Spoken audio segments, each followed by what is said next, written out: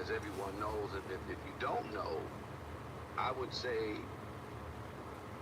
Jaguar and Dr. Short are two of the most prolific individuals who grace the internet today. They do not. I mean, they just give it to you like it is, unfiltered. And I said, yeah, let me go ahead and get these two together because, you know, no one's gonna. I mean, y'all know what it is. No one's gonna put it down like how they put it down. You get what I'm saying? And then, hold on, I think there's more people being admitted. This is the first time for me in regards to hosting it via Zoom, but we're getting this together. So, Lady Angel, okay, all right. Yeah, other than that, we're gonna get busy. I think Dr. Short has a lot to say. I appreciate all the information that Dr. Short gives us, and you already know how Jag do. Jaguar Wright is, you know, unfiltered. This is really uncensored. But I think we'll continue to do this a lot more. We'll see how all this plays out. Right. I appreciate everyone here. Lady Angel, welcome. And Dr. Short, go ahead. Let me let you do your thing, man. Okay. Do what you gotta do. All right. Well, on behalf of all the people who like the truth and are tired of bullshit, lies, boule, predators, pedophiles, liars, sorry music makers, and so forth, and anybody that cares about ending, that's a real 21st century abolitionist that hates human trafficking and the exploitation of vulnerable girls, boys, sometimes males, you have to like Jaguar, right? She is one of the greatest people walking the earth. And in the words of Dewan B, there are no perfect messengers, but there's some incredibly perfect messages. And Jaguar's primal scream is that the shit must stop. And we have to be people that stop the shit. And like if you watch, the only horror movie I could halfway, or genre I could halfway get into, because I thought Frankenstein, that shit was kind of gay, you know, a man making another man for himself. That was always weird. I never could get into Frankenstein, and he couldn't dress and was ugly too. But Dracula, I kind of could get to Dracula. This is almost like a black man. He had his hair done right, he could dress, and he liked pussy, right? So Dracula was kind of the closest thing to a horror thing that was black and male. And he's also, you know, kind of swarthy. But Dracula's like evil. And but things that Dracula didn't mess with. He didn't mess with garlic. He didn't like silver. And he didn't like crosses. The evil that we are confronted with, I'm talking about Friedman, FBA, some of y'all in the gaydars. That's what I call it, you know. I just did. Foundational Black Americans, whatever. The people that mess over and keep us in check hate truth. And if you want to kill the monster, the beast that's bothering us, you have to be a truth teller and a person that wields truth like it's a sword. And you want to cut down and cut off anybody with the facts. Because right now we're in a dark age. There was a time where perhaps 60s, early 70s, there was a degree of interest in truth among our people. These days, we become highly delusional, emotional. We hate facts. We don't like information. And the people that oppress us like us being just like this. And the only thing that those of us who are woke in the right way, not woke for abortion or woke that a man can be a woman can be a man, but woke for freedom, justice, and MFM, which stands for uh,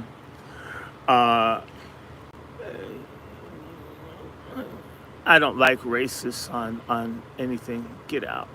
Get out. Every now and then somebody wants to try to come in. I don't want to talk to you. Uh, those who want truth and all out have to tell it. And by the way, I want to let you know where I'm coming from. I'm not here to recruit people from any other group. I'm not here to do one-on-one with white Americans. Many of you know more about what's going on than we do. You travel the world. You work in archives and repositories and stuff we can't even get into. So, please don't come on my platform. I never bother anybody else's space. If you want to have a white hate meeting, do it on your space. Stay away from mine. Okay, like they're all white town you're building? Well, take your ass out to it. Okay, this is my little black virtual town. If other people come in, you live by the rules I set. Now, we've got to tell the truth no matter who it hurts. You cannot compromise. People don't compromise with our people who are homeless, our people that are hungry, our people that are incarcerated, our people that are abused in medical care, child and family services, prisons, assisted living, right? And this has been going on for 400 years. We have to cry out and spare not. And in this age of deception and deceit, whether it's in politics, whether it's in religion, whether it's in sports, entertainment, in business, the only real weapon we still have is to raise our voices, to inform people who are open to reality and facts, and to not waste time on people who don't want to get it. If you don't know that there's a problem by now, you're never going to, right? Everyone doesn't get on an Olympic team or a basketball team or a football team or get to be a background singer for a great, because you don't have it. If you don't have a love for truth and reality and honesty, your ass isn't invited to this party. So check the hell off. Go away. Keep your money and keep your stupid and ignorant and denial and self-hatred germs of whatever color or background and religious pharisaicism. Keep that shit away from us. We don't want you. I don't have any interest in being famous. I've been around famous people. Fame warps people, but I do want to be influential. I do want to be impactful. I think, and Jaguar's already famous, and I think she's finding that being impactful and being influential is even more powerful than being famous. There's some things going on in the news, and I can't wait to segue right to it. One thing I want to let everybody and bring the folks' attention, and Jaguar and I can pick it up later, but I'm going to kick it out there. How many of you saw the story that Trump was up in Scotland in the middle of the night tripping on Demohoaz? Okay, and I use my own terms because we need a language of resistance to the bullshit out here. A Demohoaz, or should I say a black Demohoaz. Oprah Winfrey, Come Swaba, Demonse, and I'll do the names again.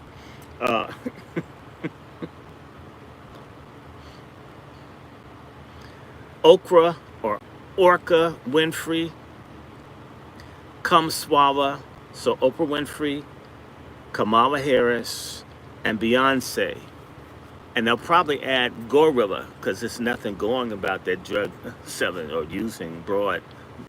All of these black Democratic aligned women, and this is stuff I've been warning people about for about 6 or 7 years, that if black women didn't stop being, Democratic aligned women didn't stop being the faces and the voices of anti-white Republican, white conservative, whatever they want to call themselves.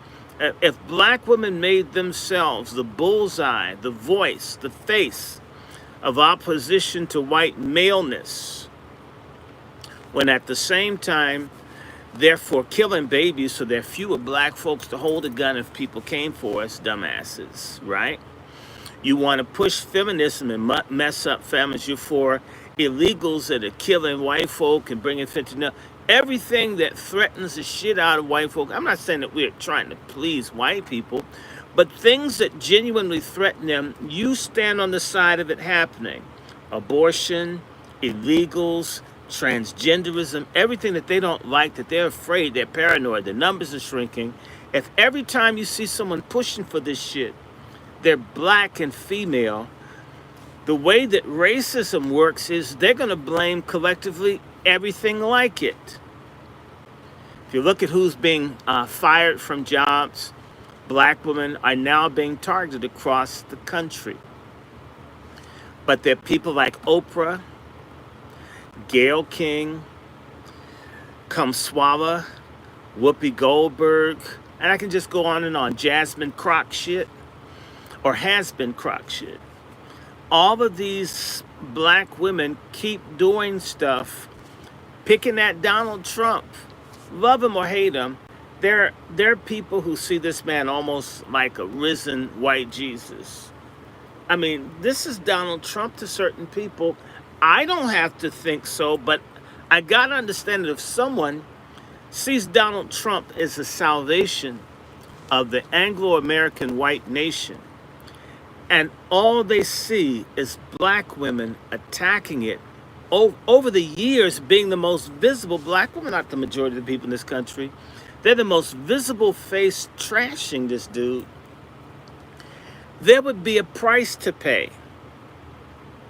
And what's been interesting, I can add Amorosa or Scamarosa. Over and over and over again, they've been using black women to attack Trump. And they've made black women the face of DEI when black women are barely getting any DEI.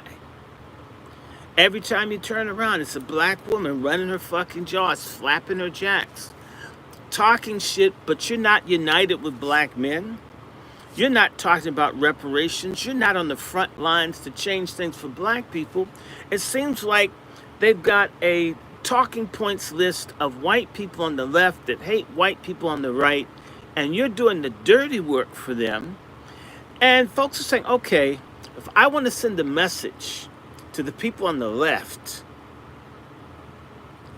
attack black women, dog black women, because they seem to be the bottom bitches of this other group of whites, because there's a civil war going on amongst white people.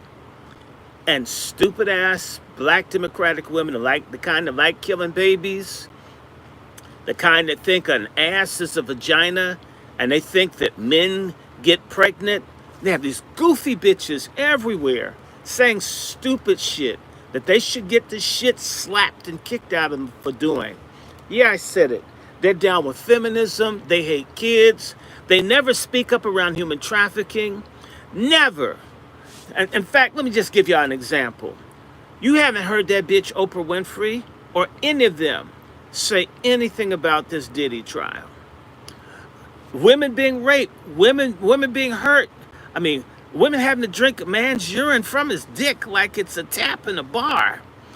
Silence. More fucking crickets than Africa. Dr. Short, Yes, ma'am.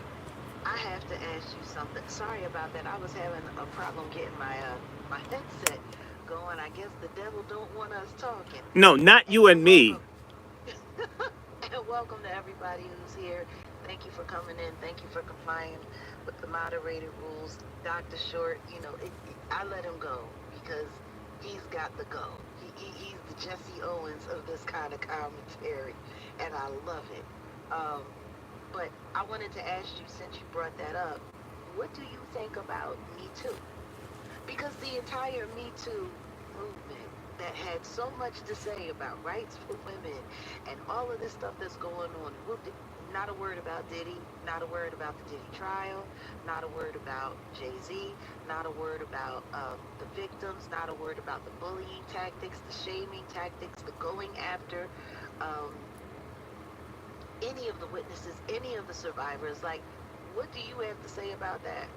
You know, I have to get this off my chest. I can't remember the sister's name that looks like Barney. You mean The one that, what she should be called, Tyrena Burke? she looks like a Tyrannosaurus. She looks like Barney had Yeah, sex with KRS-One and she's the yeah. baby.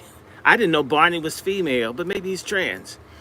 She does look like Barney had sex with KRS-One. Where are these people? I'll tell you where they are. When black females are disproportionately trafficked, abused. Black women are disproportionately raped in the United States military. Black women are raped in prisons across this country. Black women are raped in foster care in this country. Black women are raped in public schools in this country. Anything that happens to black women, they never have a goddamn whiff of smoke for it, but they do want to employ the energy and the moral authority of black women to push the shit that they want. In other words, they say, hey, bitch, take this football and run across the minefield for white female supremacy. But never is there any reciprocity. In fact, feminists are the first tethers. And they've been doing this since the Seneca Falls with Frederick Douglass and Sojourner Truth. So they don't care. They've never cared. The most effective enemies of black people in our Are history, black people. yeah, and their allies, the people that we align ourselves with, whether they're feminists or the United Daughters of the Confederacy or Daughters of the Confederacy. There's always something that's anti what we need most. And by the way, they're sisters in Me Too, but they're bootleg types or they're simulationists. They're never for anything. What about the black women being killed as they have childbirth? Not a peep for them. Folks whose babies get beheaded, not a peep. But abortion, yes. They're even for euthanasia. They hate women. In particular, they hate black women. And they're black women that hate black women. And black men that hate black women. And so we've got a situation where we're honeycombed. We're honeycombed with traitors from within and traitors from without. I was watching you get the award from Michael Flynn, and people were bitching about that. And let me just say, Yeah. fuck y'all. Where has the help been? How many death threats do you get? Maybe 100. How many have you had? Honestly. Honestly, me, in the Yeah. past 5 years, I've Yeah. had somewhere probably close to 1,000. 1,000 death Honestly, threats. Has the National Congress of Black Women called you? no, Council of Negro Women? no, Feminist majority? no. Okay. Well, what about Miss Jane from the Beverly Hillbillies? So Nobody. nobody, 1,000 death threats and nothing. No. Matter of fact, I've reported a good share of them to the FBI, and they can't do this, they can't do that. And what I've come to realize is that they just don't care. They don't care. And the truth is that some of them are probably jealous that I have that many death threats because they wish that they got it. Because people, for whatever reason, they think that all of this negative attention that comes along with whistleblowing and speaking out and standing up for what's right is some kind of popularity contest. I don't Hell, get it. it's not fun to be targeted. Oh, Uh, it's not fun to be it's targeted. not fun. There are people who support me, and I think I told uh, Odell they've attacked all the ways in which I receive money. I've been there. When I looked at my account today, there was $3, Wow. and there were people trying to send it. Wouldn't even let people give it to me. Yeah. And I'm thinking, I'm not doing this to be famous.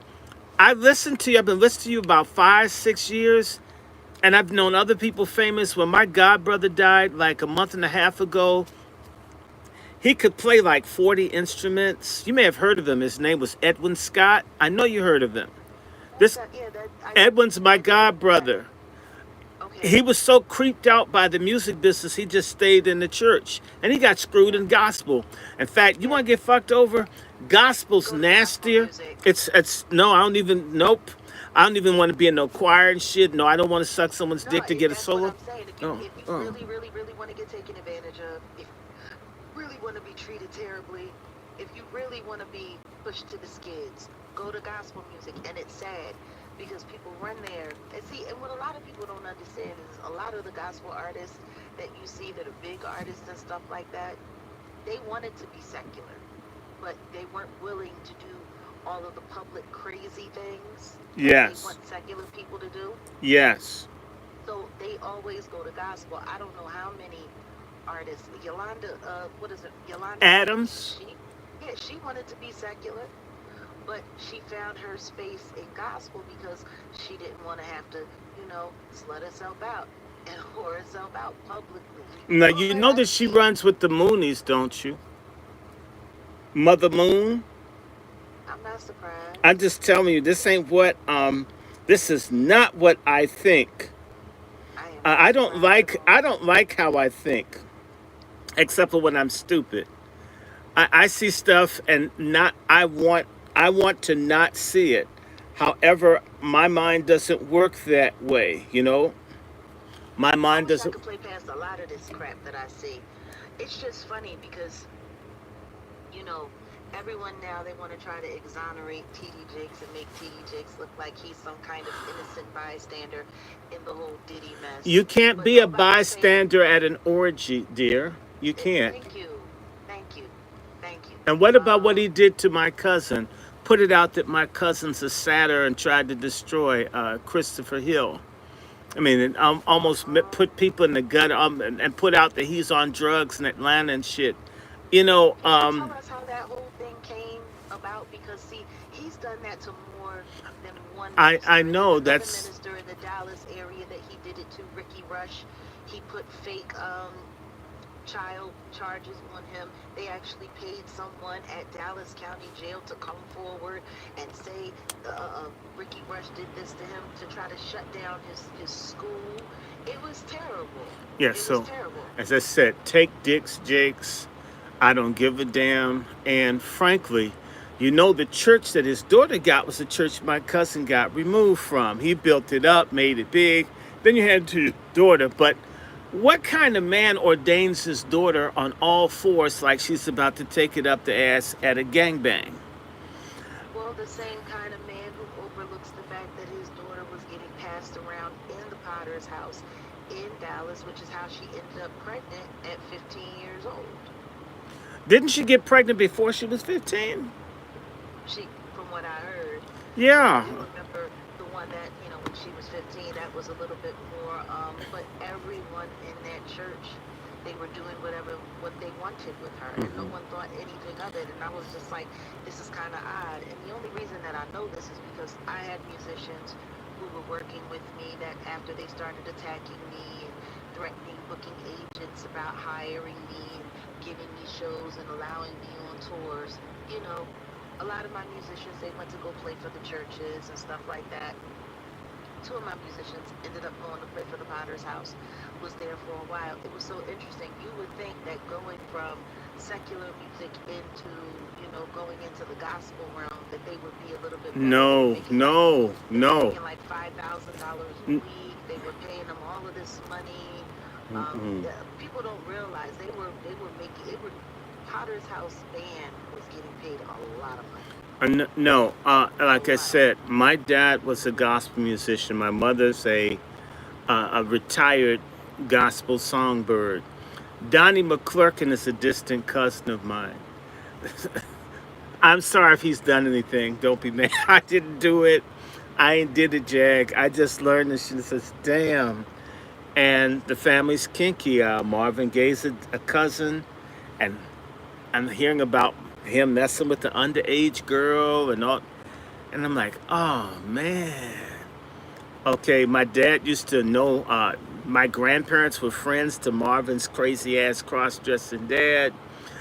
Gospel's weird. I've been to The one. gospel world is very weird. I went to one gospel concert to see the Hawkins Singers. I know you remember the Stars of Faith. What's her name? My mother and her sisters were groupies for that gospel group, the Mighty Clouds of Joy. Okay. I always thought that was strange. Gospel groupies. I always thought it was strange, but apparently it's a thing. There's one called Maddie Clark and the Stars of Faith. I know you've heard of them. Okay. Of course I know Dr. Maddie Clark. Oh, no, not Maddie Moss Clark. There's another Maddie There's Clark. it's Maddie something else. They're out of D.C. Maddie Moss is out of Michigan. Right. This is an allegation. I was talking to this one Kojic minister who's out of Columbus, Ohio, and he's in the Church of God in Christ. And back when COVID first was hitting, because people in Kojic dogged my dad. I mean, I think my parents never recovered from what they did to them, okay? I remember praying to God in 2020 for God to deal with the people, the leadership of Kojic that dogged my father and other people. And I found in a drawer here in the basement that's full of my dad's stuff, something he must have paid maybe $50 for. It was like a replica of a shovel. I know you've heard of All Saints University, this church at College, University, Seminary. The Church of God in Christ was supposed to build, and they've been collecting money since the 1920s for a university. I don't even think it has a hole in the ground. And my dad, huh? Really? It's supposed to be across the street from Mason's Temple. It's not there. They've been collecting money for like 100 years for something. I don't even think they have a brick. And I found this thing in the drawer of my dad's things, and I just said, God, you got to get those niggas. I mean, they fucked up my dad and mom. They caused my mother to lose a lot of things, the equivalent of a $2 million property. All of this stuff behind what they did, it messed my dad's health up, messed my mother's health up. Their asses ended up with cancer and all this stuff. And I just says, God, how do these people just get to hurt, lie, misrepresent? Even when my dad was dealing with them, they had a dude, a male prostitute from the church that was supposed to get my dad in a compromised position so they could blackmail him. I don't know what that was about. My dad told me about walking in the room and there was a nigga with the towel over his dick. Okay? I've never said this to anyone. I was told this in 86. So I've been holding on this for 39 years of how I feel about some of this stuff. So when you hear me, I'm angry like you. And how much of this do I have to take before I can denounce it? Anyway, back to my story. I told him, I think his name is Reverend Coates in Ohio. I think in Columbus, Ohio. I told him, don't go to the Kansas City meeting for Kojic. Don't go. Go if you want to, but God's going to kill 13 bishops in your church. I asked him to kill the nigga up in Michigan, the one that kicked his pregnant mistress down a flight of steps, killing her and the baby, didn't do a minute in jail. Come on, a so-called man of God, kicks a pregnant woman down the flight of stairs. And he's the number 2 man in supposedly a holiness church. His name is Brooks. I asked God specifically, I know you got to strike that nigga in Michigan. Now you let them take my father. You let them do all this stuff. And I told Coates he's gonna get the bishop in Virginia. I don't even know him. He's gonna get the one in Mississippi. You're gonna see all these ministers in your church are gonna die in rapid succession. You're gonna see it. They're gonna hit a whole bunch of your bishops. Y'all gonna take a hit, and I know. So you can go ahead and blow me off. I'm nobody. But watch the bishops die. You take your ass there. You want to show me that you don't have to listen to me? Fine. I'm just in the basement. And you got a big ass church with the pipe organ and maybe getting piped by the organ, go take your ass out to Kansas City. And you heard about all the bishops dying right after the Kansas City thing. And I have witnesses. He called and he thanked me for warning him. But we had another conversation, and I was saying to him, I didn't like the way Maddie Moss Clark had been treated by the leadership of the Church of God in Christ. Because the Clark sisters, they brought more money into the church and they were morbidly obese. I mean, they use, and Maddie, those girls were like, shit, you could do Mandingo. They'd be the ones that were in the field that you never got a close-up on. They worked the hell out of the Clark sisters, and they took money in, and they dogged them.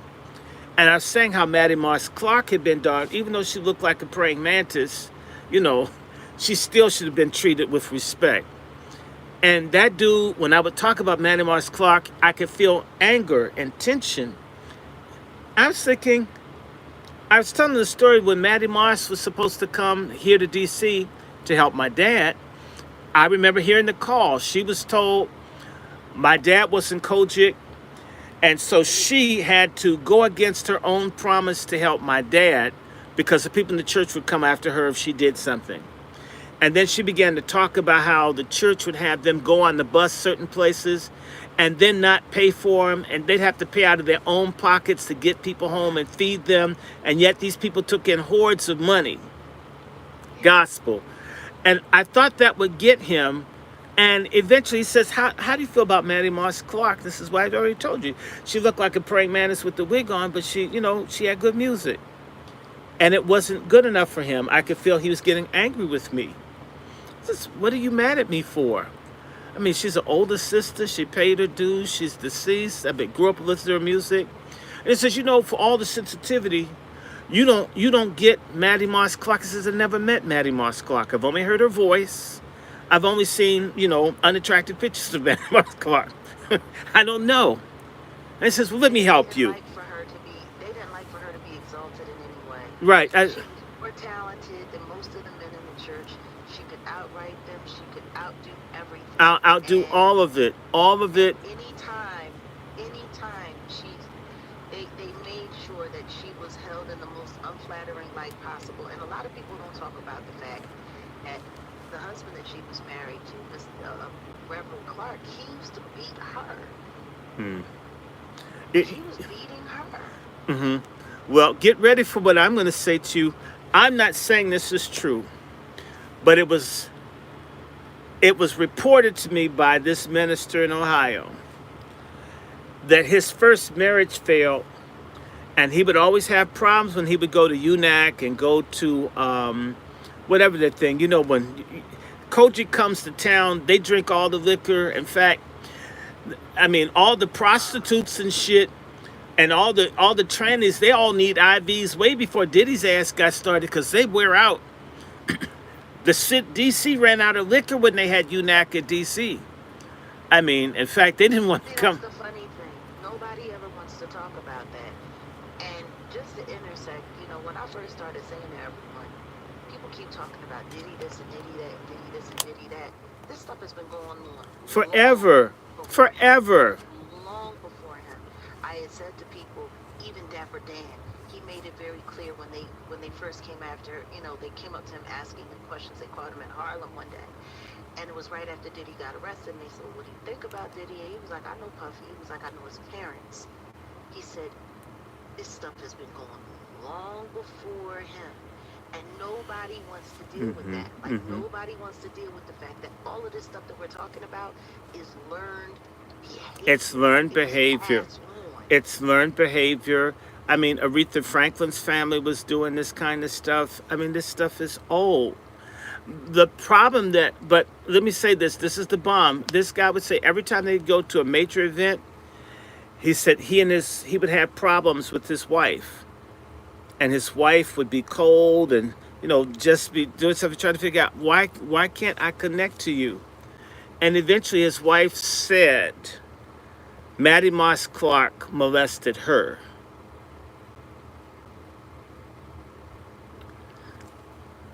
I don't know. I'm not saying that's true, because that goes against everything I could conceive, Jag. Yeah, me too. Everything. I'm not saying it's true. I'm saying that's what was said to me. And he says my first marriage failed, and she would just cry and she'd be depressed, and and whenever they came to town with this stuff, it would change the character of the woman. And he said he divorced her. He couldn't even really stay in the ministry with her because of this. I'm not saying it's Said, true. no, no, but I'm just saying, but he said that Matty Moss did this to his wife. And this is the thing that bothers me more than anything. If that were true, then why didn't you do something? Why didn't somebody do something about it? Exactly. If You know that's true. why? And they like telling, see, and that's the thing. For me, how it lands with me is that somebody wanted to make sure that her character was destroyed. Because the truth is that should have came up. It should come up. As many children as she worked with, as many choirs as I, she did, I, there I'm, should have I'm been a in, lot more I'm in, I'm in stories. full agreement, which is why I said it's alleged, and Yeah. I'm like, but, and it seemed as if they were. See, you couldn't have done that. I think you heard the stories telling you when James Brown was beating his wife, Hmm. and I just says, y'all gonna fire me. This shit's gonna stop. I don't care. I can't sit up in here and I have people, and I've had someone, and he held up the phone, and you could hear James Brown screaming and beating his wife through the walls. I can't handle that. And I can't say, oh, this isn't happening. I don't know. Well, I need to see it. Remember, I was telling you about that? And I love James Brown. Used to be able to do the splits and all that kind of shit. And I just, I couldn't listen to James Brown for years after that. But I told the little Puerto Rican clout chaser who thought he was white, if you don't take your ass up there and stop him from beating his wife, I'm calling Metropolitan. My dad's a chaplain. I have the whole fucking vice squad in here. So either you stop him or I stop him. And I got a brand new bag for your ass if you don't move. And they went up there and they shut it down.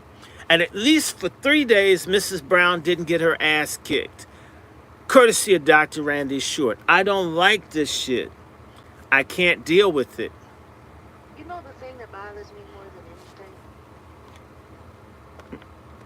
How many people sit around and praise these men who abuse and abuse and abuse, and they go after people. Oh, you're trying to take a good black man down.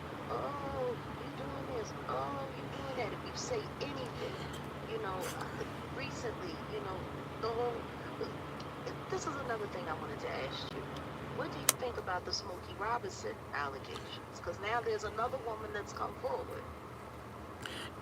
I was thinking about, I'm not saying these things are true, but I think they should take it to court. If there's any veracity to it, prosecute it. But the joke that came to me is it has a whole nother meaning to you really got a hold on me. You really got a hold on, you really. I don't want you, and all I want you to do is not hold, squeeze, hold, No, hold it's kind of me. crazy because there's a lot of these songs out here. When you hear some of the stuff that goes on in the backdrop, it makes you look at those lyrics real different. But Mhm. my thing is everyone is sitting here so quick to say, "Oh, Smokey Robinson couldn't have." Oh, Smokey Robinson would never. How do you know? Okay, but How do you but let me know? You share know what I with mean? you. Like But people are always but let jumping me to give you an conclusions with people that example. they don't know. But let me give you an example of pimping Yeah. of Smokey. And I don't hate Smokey Robinson, and my auntie's Kim Weston, and this is the thing about black folks, why we need to know about our families and all that. I got family with the last name Wright, but they're in Mississippi. They could be yours. We need to be careful how we do stuff because we're all so connected. That's another reason that we keep our mouths shut, because I'm connected. I don't want to have any issues in my network because our networks are corrupt. But I want to say this to you. The Marvelettes, the Vandellas, Yeah. Smokey Robinson allowed, what's the guy's name? Slutsky, if I'm correct, little Jewish people, now, to create these oldies package circles where people that weren't even original Marvelettes would compete with the original group. And the artists starved because they made some kind of deal. Smokey made that deal. That I'm not destroyed, surprised. that hurt the Marvelettes. That hurt those sisters in that group. I, I have love for Smokey Robinson. You didn't hear me trashing He them. was, But that, listen to me, he was Motown. See, right. this is the thing. He was Motown. Mm-hmm. And people can say whatever they want to say. But you got to look at the pedigree of where someone came from and where they came up under. Now, they were all young. They all came up together. Him, Diana Ross, whatever the case may be. People like sitting here and they like glorifying these people. But to see the kind of stuff that Barry Gordy was doing, to see the kind of games that he was playing, the way they were playing with people's lives, all of that stuff was going on, and you stood by. I mean, I don't know. For me, I feel like Smokey Robinson is the usher to, Okay. you know, Barry Gordy's. Granted, You know what I mean? granted, It's, I'm not. because there was a lot of abuse that happened. Florence Ballard shouldn't. Florence shouldn't have died at 32. Paul Williams should have gotten better health care. He shouldn't have been pushed to the point of suicide. Tammy Terrell. A much longer life Yeah, than there are a range of people. I'm in full agreement with you. What's his name? Benny Benjamin. the way that they gaslit the rest of the Supremes, on behalf of, you know, it's so funny. People aren't really paying attention to the fact that everything in Beyonce's career was literally shadowed around the way they built Diana Ross. That's why they gave her Dreamgirls. Yes. The imitation of it all. Yes. You know, I mean, I auditioned for Dreamgirls. Lettucey auditioned for Dreamgirls. And Bill Condon wanted to hire the both of us. They hired Jennifer Hudson because they thought that she wasn't talented enough to out. I would have been sitting in that green room crying. I would have went right up there across that stage and I would have drug her by a lace front. I was like, I can't believe that they sat by it and did that. And then that's when I realized that, you know, the Rock Nation regime or whatever had completely taken over the Grammys. Completely taken over. And that's why she gets so many Grammys. Look, and the person, Jennifer Holliday, that played Effie. Effie, yeah, Okay. originally. Yeah. You're gonna love About Jennifer Hudson me. remake. Yeah. Why couldn't they use her? I mean, and she'd lost weight by then. Jennifer Holliday. Yeah. Oh, well, they weren't interested in using anyone from the original franchise because they were busy trying to build their new little puppets. And I don't think people really understand. It's not about who's the most talented. It's about who's the most cooperative. And who's the most manipulated and who can do what. And it's the same way Diana Ross wasn't better than she wasn't better than Tammy Terrell. She wasn't better than anybody that was in her group. That's why they all. She's better than Mary. I love Mary. Diana had a better voice than Mary. But she wasn't better than Kim Weston. No. She wasn't better than there was another woman. I know you've seen the Elvis Presley movie. Diana was willing to do things that the other girls weren't willing But to yeah, do. but She was because willing to Diana, get on camera. She was willing to hang out at the parties. right? A lot of people keep forgetting exactly how much grooming she did at Motown. A lot of people keep forgetting how much grooming she did with Michael Jackson. A lot of people keep forgetting all of the time that she spent with Andy Warhol and bringing children to him.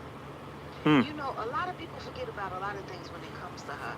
And it's wild because I saw, you know, she's out performing again and she's, you know, singing and she's wearing her big gowns and her big hair and everyone's talking about how amazing she is. And I'm just like, you people really don't know the harm that she's done. She's done a lot of harm, but don't nobody want to deal with that. No, they just want to worship and they want to praise and they want to worship and they want to praise. So meanwhile, when you got people like Diddy, you got people like the Beyoncés, you got people like the Mary J. Bliges and all of this, they're looking at all of the stuff that all of these people did before them. They're following the blueprint. And now they're trying to train new artists to do the same thing, and it's weird. Like, I don't understand how throughout this whole Diddy trial, how people are not looking at Usher differently. And, what is that? What? Wolfgang, set in the West. Can you tell us what that is?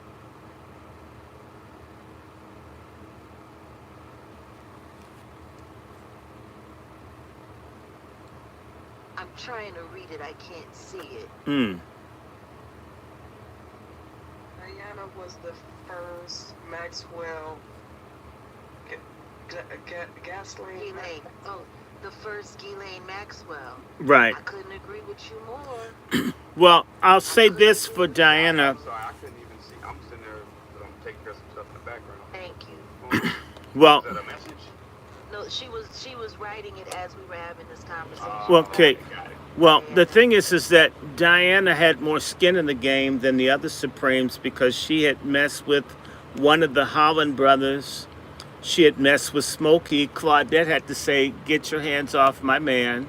She had messed with Berry Gordy, and you know, but people figured she had something. And what I will say in this is that, and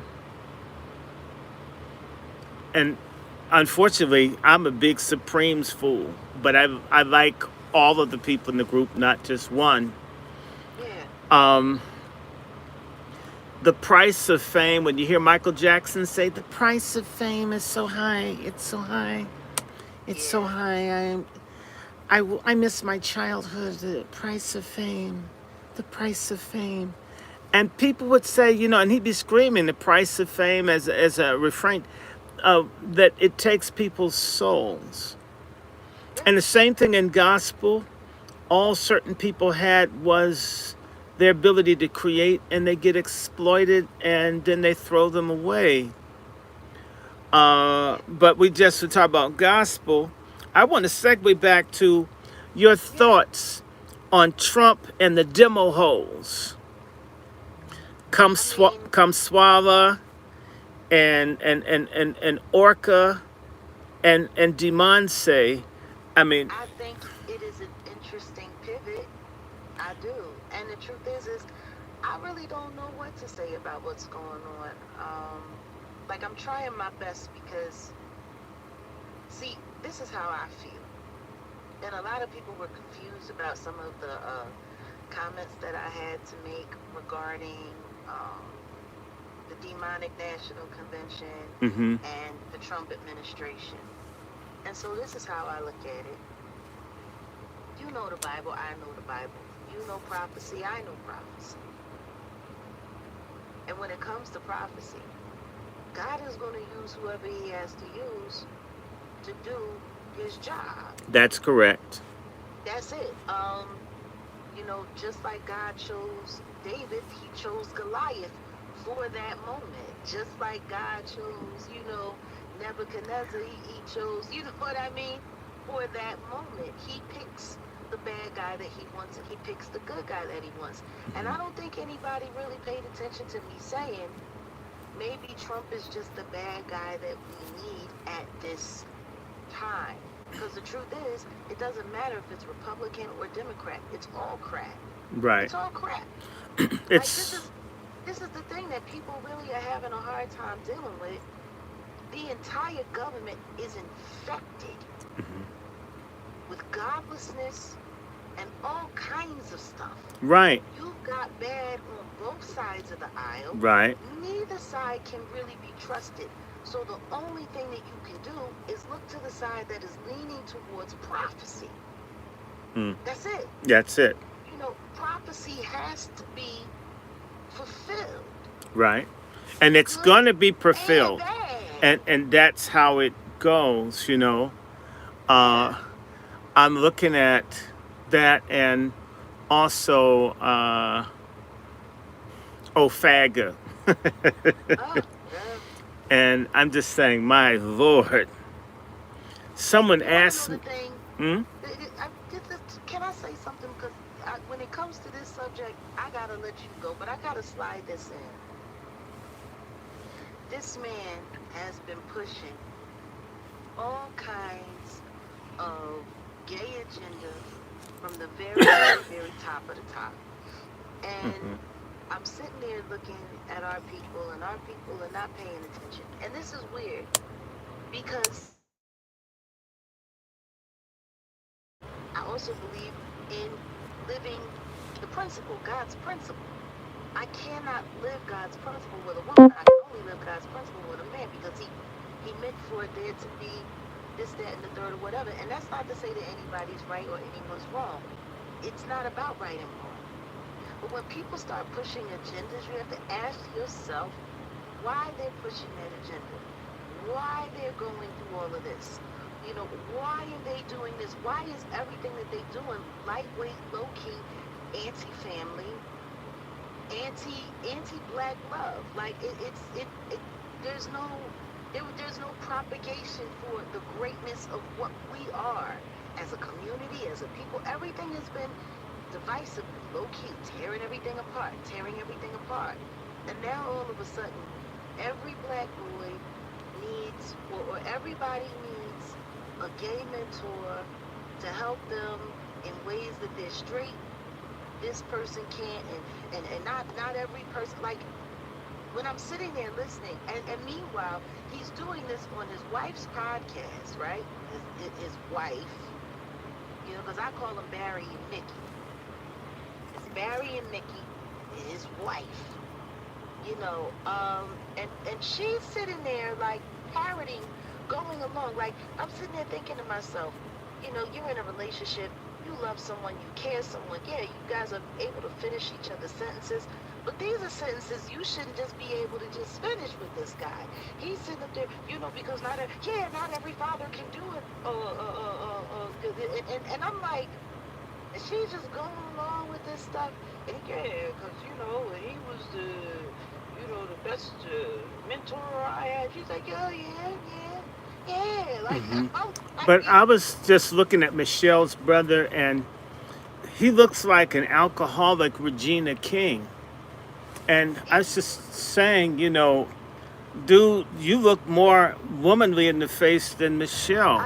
I know. I mean, if he put a weave on, people would have thought Michelle had been eating a whole bunch of fried chicken.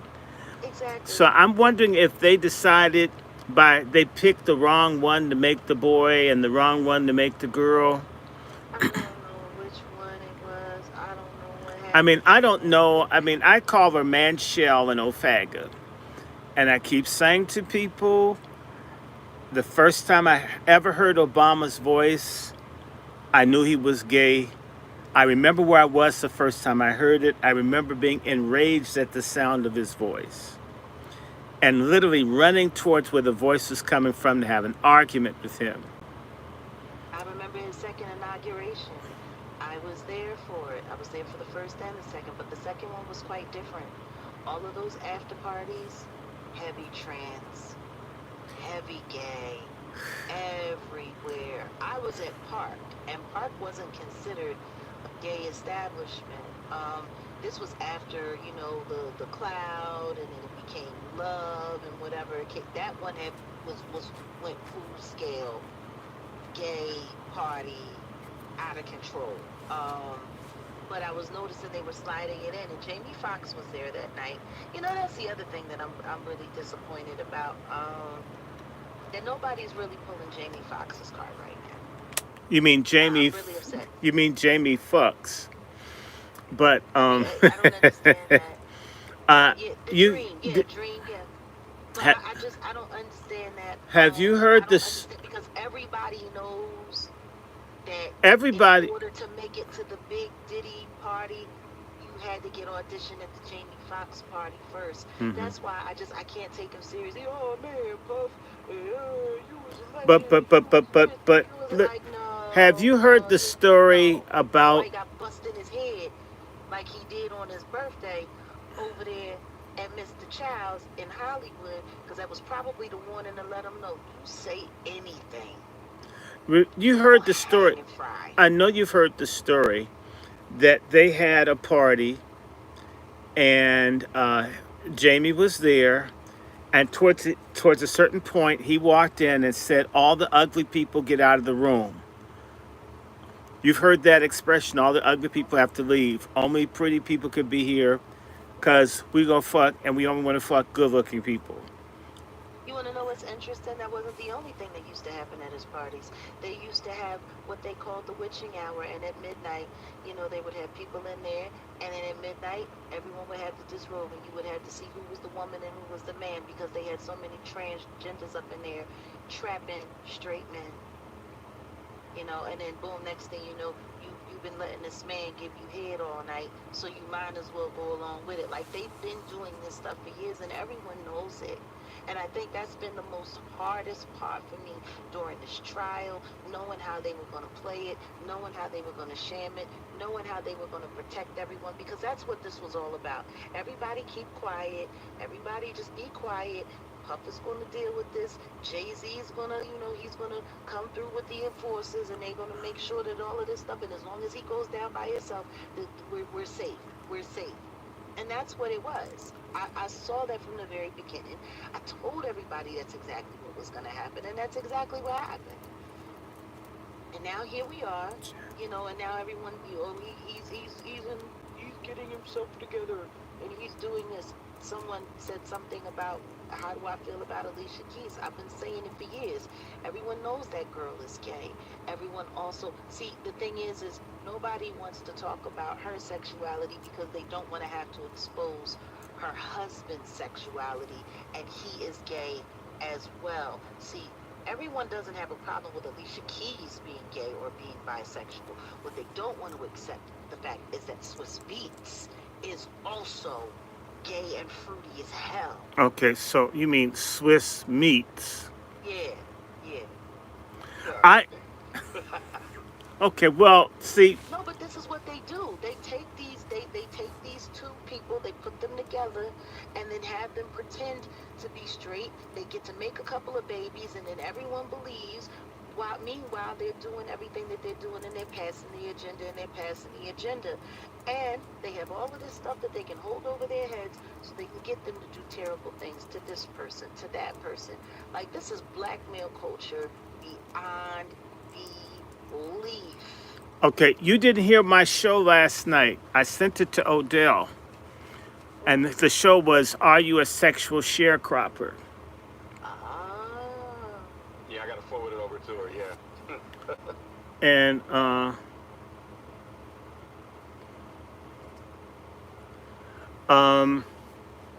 there's a person that's saying hi to you, Jag. Their name is Thomas Dotson Jr. Yes, I know who Thomas And Dotson he's is. saying that he Thomas loves Dotson is you. around quite often. He says he loves you, and let's establish this so people will always understand. Because when you and I speak offline, Yeah. who is Randy Short? If you love me, I love you. Period. You And know why I love you? oh, you love me. Oh my God, this is cool. All right, No, I do. thank The you. reason why I love you is because there are so many people, my elders, that know I'm telling the truth, that know I've been speaking up, that know I've been saying Every what it is time for you quite some open your time. mouth, I know it's the truth. Someone could come in here with the gun and tell me to dinner, sis, you got to kill me. I agree with her. Anyone that knows me has heard about it. She's right. and I'm prepared to lose a whole bunch of friends and associations. My auntie in Cleveland looked you up because I was talking about you, and then she wrote me to tell me, I don't think you should be dealing with her and this and that. And I said to her, I'm willing to give up JAG if you'll quit being a Delta Sigma Theta. Because I know she ain't going to give up being a Delta Sigma Theta for all the little stuff that those hoes do. They just were down here in D.C., probably bought out all the sex toy stores. And in fact, cucumbers price went up 20 cents when these hoes were here. I'm not lying. Hey, this shit's $1. It was just 69 cents last week. I'm just telling y'all. Okay. That's the funny thing. A lot of the sorority stuff, and on that, like see, you bring up sororities.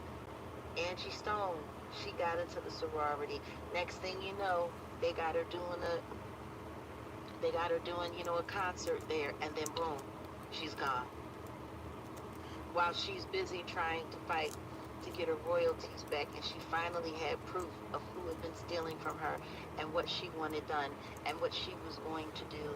And then she decided she was going to come out, she was going to start exposing Clive Davis and all of this stuff. And look at it.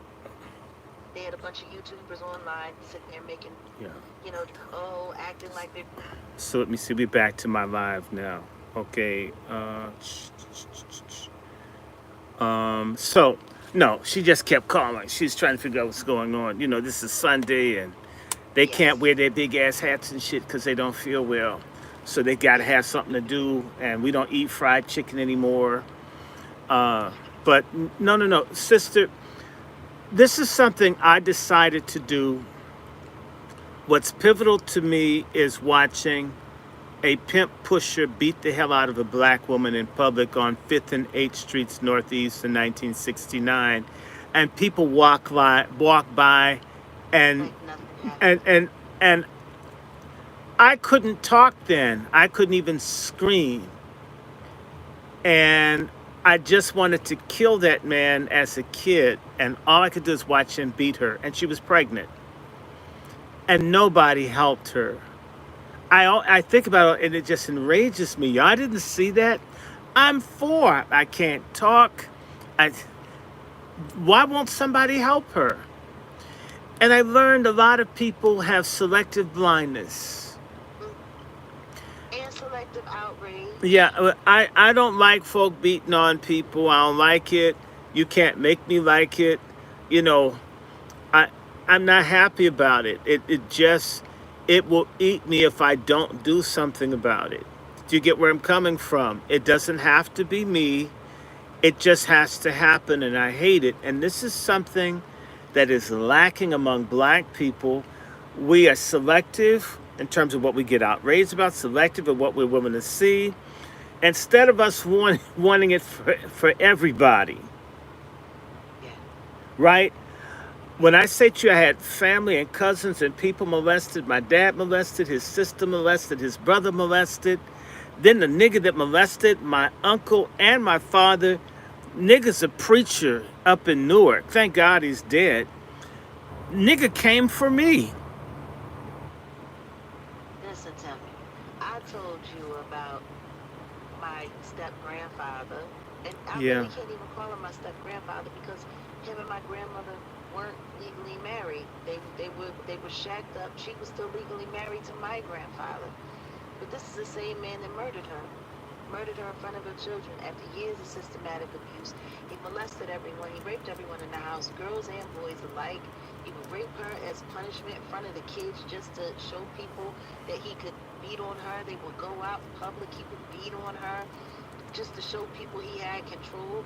He was drunk most of the time, And for a long time, I listened to my mother, create this, circumstance like my grandmother was, the biggest victim in the world, and it was so terrible. But at the same time, she never tried to get away. And the few times that she did get away, she went back. She went back when she knew what was happening to her kids. She went back. There was a whole situation where... Sounds like the DeBarge family. And that's why I said, Exactly. I can't stand the mother of them. You can't make You me. I no, but c- you heard that Chico was just recently arrested. He was just recently arrested, like less than 2 weeks ago. no. He was on a bicycle in the park somewhere. They caught him with drugs on him. He was trying to sell drugs. Like, and that trips me out because Sorry. I used to date Chico when I was a girl. When I was younger, I used to date him after he had gotten out of jail. When right around the time when Mm. but you remember when he released the album after he got out of jail, Long Time No See. I mean, he was like the last hope for the DeBarge family Mm. because all of them, and once again, a lot of people keep forgetting Motown Records No. Look, stripped they were away that they family. they were the Through Sandra fresh. Pass, they let her turn all of them out on drugs. They let her pimp all of them out. They let she encouraged them to pimp Bunny out.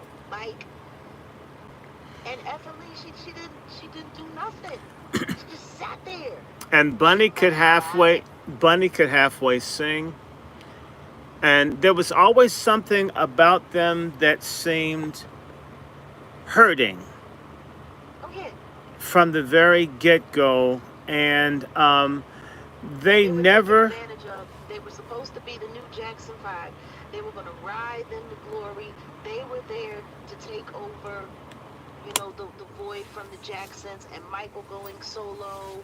And, a lot of people keep forgetting how all of this stuff, which is part of the reason why Barry Gordy, well, not Barry Gordy, but Barry Gordy kind of lightweight tapped Quincy Jones on the shoulder to handle up on Michael Jackson as much as possible, which is why they got mad when Clarence Avant came in and created grace for him and created a space for him because they were really trying to screw him over on Thriller because they never wanted him to go solo as soon as he went solo. They wanted to keep making money off the Jackson machine. In comes the DeBarge machine that was supposed to be making that up, and so they decided we gonna turn all of them out. We gonna get all of them addicted. We gonna make sure we keep so this way we don't lose control of this family the way we lost control of the Jacksons. Wow. That was the whole thing. And look at what happened. Chico is now in his 50s, getting arrested for drug possession. Like, and that's what Motown did to Hmm. families. That's what Motown did. I mean, but I don't think they knew anything other than abuse. I don't think they knew any other way than It's not, and abuse. that's terrible. Thomas Dodson Jr. was Hmm. talking about Bishop Sheard, who's head of the Church of God in Christ. Yeah, yeah. Have you? I don't know what's going on with them. Everybody was saying this is going to be a change from Bishop Blake. Anyway, you know, I have no idea. I I, know I, I, that. I, d- I- it's Sunday, and you don't see my ass in church. And I got tambourines and shit. I'm in my dad's library. It's full of Bibles and all of that. You don't need to put up with that bullshit to be connected to God. I am not No. opposed to people gathering. I like religious architecture. I like good music. I like good people, but often that's not what you find there. And I've No. heard, you hear people say, the Lord wants me to stay here, and the pastor grabbed my titty last week, and I had to rebuke that demon, and I have to watch my kids. I can't do all that fucking drama if you claim to be people of God. Understand this. There are so many young black people where their first survivor story is being assaulted in their church. Of course. Um, And the thing is this is what I don't like about it. This is a place where you're told you can trust what's virtually a stranger to you. You bring your family there, you bring your children there, something goes wrong, whether it's the pastor or the choir director or the head of the deacon board or whatever the case may be, your child is affected, something hmm goes on, the child comes, speaks up, tells the truth, hmm which is the right thing to do. And they And get then punished. everyone, They get punished for telling the Mm-hmm. truth, and then everyone in the church turns against them, makes it they're a liar, they're a Yeah, liar, and they you know made what? The it up, devil there's is no using Christ. you. You've got a spiritual problem. I don't like your Oh yeah, spirit. yeah, Bullshit. No. yeah. The devil is using you because you're telling the truth, and people keep forgetting. It's not about. See, first things first. God already said. That's the reason why Yeshua was sacrificed, so that we could go to God directly Mm. through Him. You don't need to turn to another human being Mm-mm. to go to God. Mm-mm. You don't. And Now, fellowship and coming together where two or more are gathered, He is in the midst. right. That is a beautiful thing. But it didn't say you needed 2 or 3,000 with strobe lights and smoke machines and Nope, not at all. jumbotrons and fake ass And guess preachers. what? And if you get messed over, if you get screwed over, then in the name of Jesus, just let it go and Oh, repent so and what? let everybody Well, keep having a how good how you time. gonna hold your pussy up to God when it's been busted by the mega pastor? Anyway, It's just it's insane. in fact, It's I was gonna absolutely ask you, insane. Jamal Bryant. You see how they're trying to make him the new Al Sharpton? You Number know, one, I don't. I'm over him. I'm over him. He is a clout chasing social media pundit. Nothing more, nothing less. And not only that, he's a gay man. And I don't care what nobody got to say. It makes sense when you look at his relationship with Giselle and then the Real Housewives stuff and all of that stuff going on. Like her father kept saying when she tried to get back with him for ratings for television, and he was trying to use it to build up his social media queue so he could get his podcast.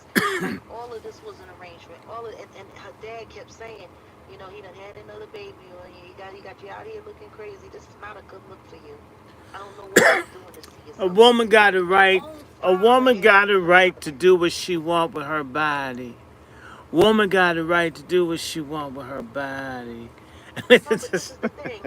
I don't understand why people can't see that when these men, these effeminate men, are running around making all of these babies with all of these women and doing all of this stuff with all of these women. People, they really don't get it. This is what they do to try to prove to people that they're straight. So people will stop asking if they're gay. This is what they do. Look at Shannon Sharp. I don't care what nobody say. Did he get busted up by this little girl? All of that's fine. But he's never been married. He's never been in a real long-term relationship. He got, 2, 3 kids. They were all born around the same time. All of these different women. look, You got this Tyrone, what's his name? The Diggs, the Stephon Diggs boy, doing the exact same thing, sitting there in this clout chasing relationship or whatever it's supposed to be with Cardi B. Now they sitting there, they looking at this Clay boy with the Mega Man, the Mega Man, the male horse, and they running around, and it's just like, how don't y'all see that all of this is to cover up homosexuality? How don't y'all see this? All of these men are gay. I don't care what anybody say. yep. Because anytime a man with that much money is being that reckless with his penis to try to prove his machismo, it's because he's trying to convince people he's something that he's not. I know for a fact I can speak on this because my first husband, totally the whole situation. Totally the whole situation. And when I busted him with men, that's when he started becoming violent and wanting to put his hands on me.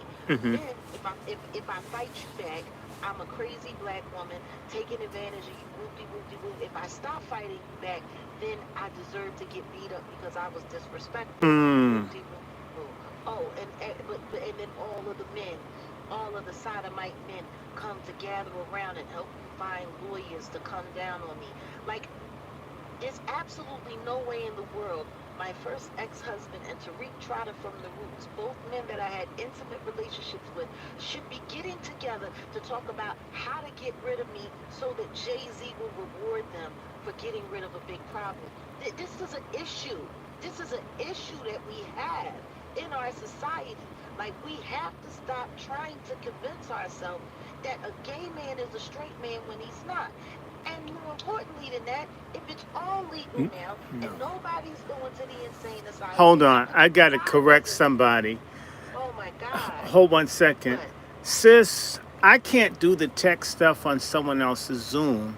And you don't wait for someone to be an hour and 20 minutes into something to ask them to do something. Please, come on. Dr. Short, tell them to log in. Yeah, they're gonna have to log in. I can't, I can't do it for you. Don't ask me. You got the link, use it. I'm not the technical person.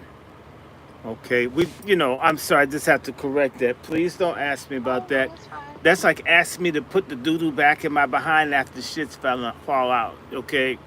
Or putting toothpaste back in the tube. It's out. Now, no, we do have this. This is why I love Dr. Short, because Dr. Short is he keeps it all the way a buck, and it's funny because he reminds me of me, is on so many different levels.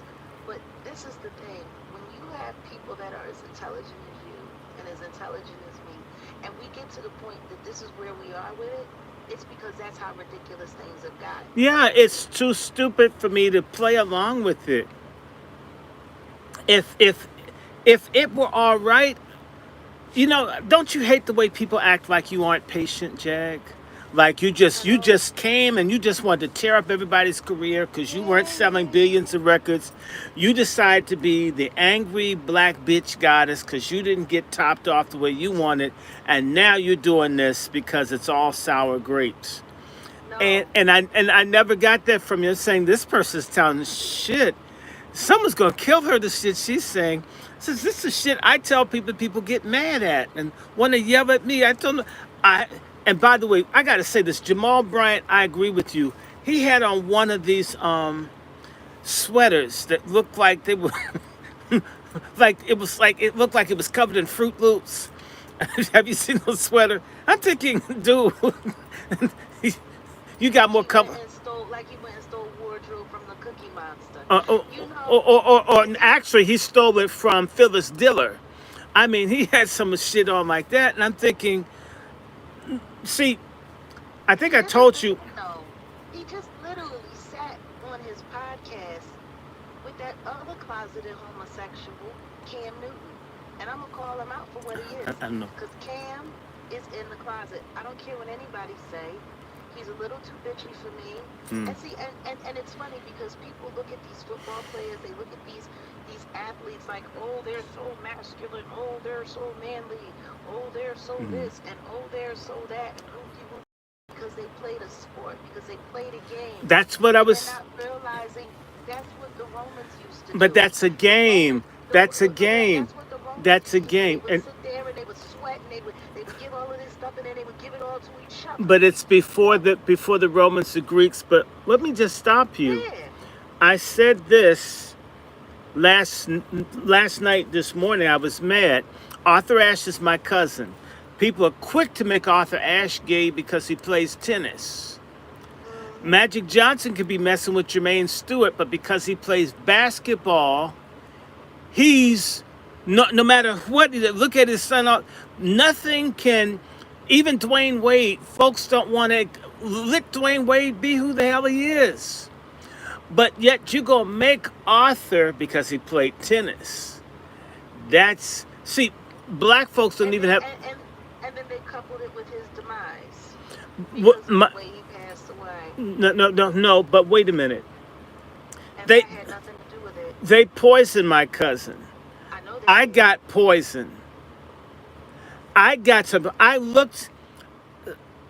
must have gotten some sex worker's blood. They had to clean. I mean, all this stuff, hepatitis. I've never had any. It was the blood they give it to you in the hospital, and they give the worst blood. They weren't even paying attention to the fact that they've been doing this to black people for a long time. For a long time, I tell everybody the story. Transmuted disease through transfusion.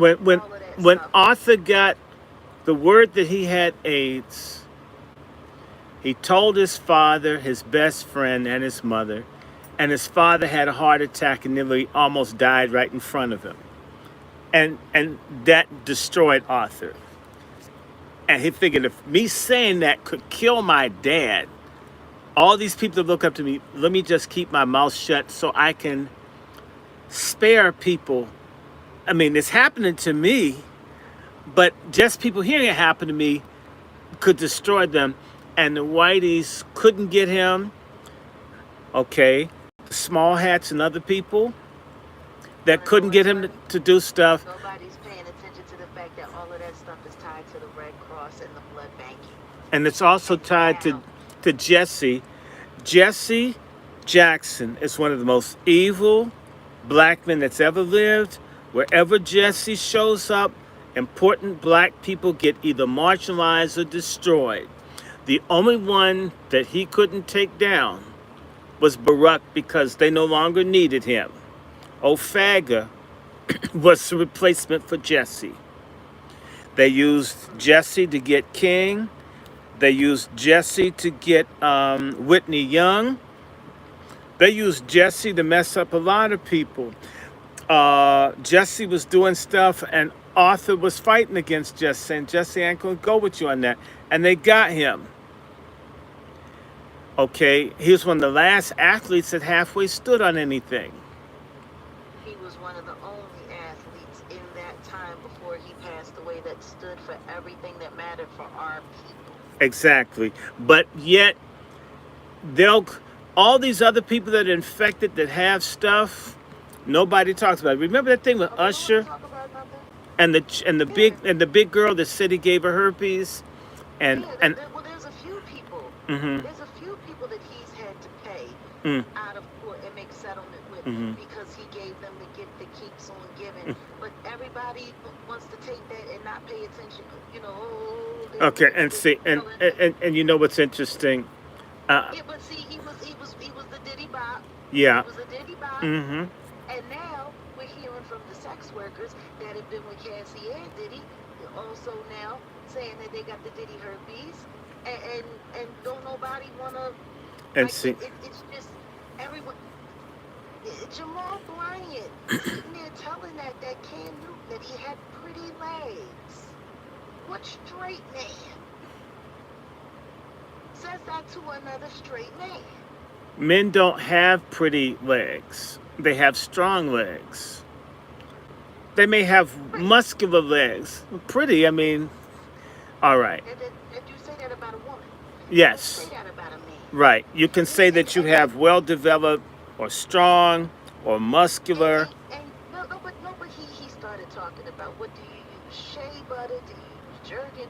Ooh, look at the skin. Like he's just sitting there just marveling over this. But yes, he said pretty legs. But let's go back. To believe that this new marriage that he's in is anything more than another gospel side weird situation.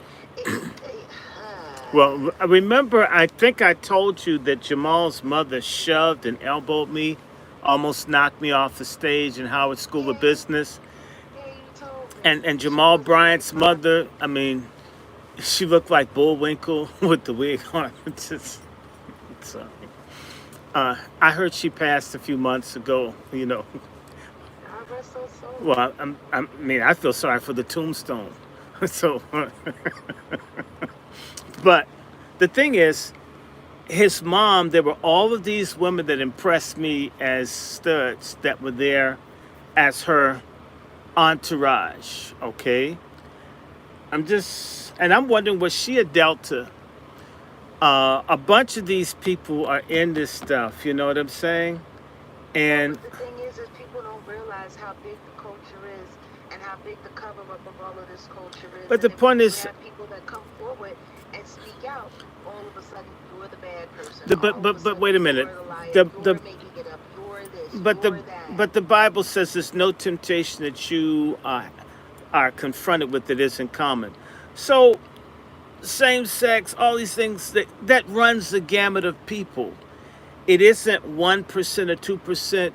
I mean, I'm sorry like this. A lot of people are on the almond joy thing. Sometimes you feel like a nut, sometimes you don't. Sometimes you don't.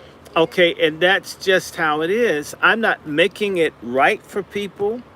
And see, I want to say this. What I don't like about Jamal Bryant and these other people is I love my buddies. I like my friends.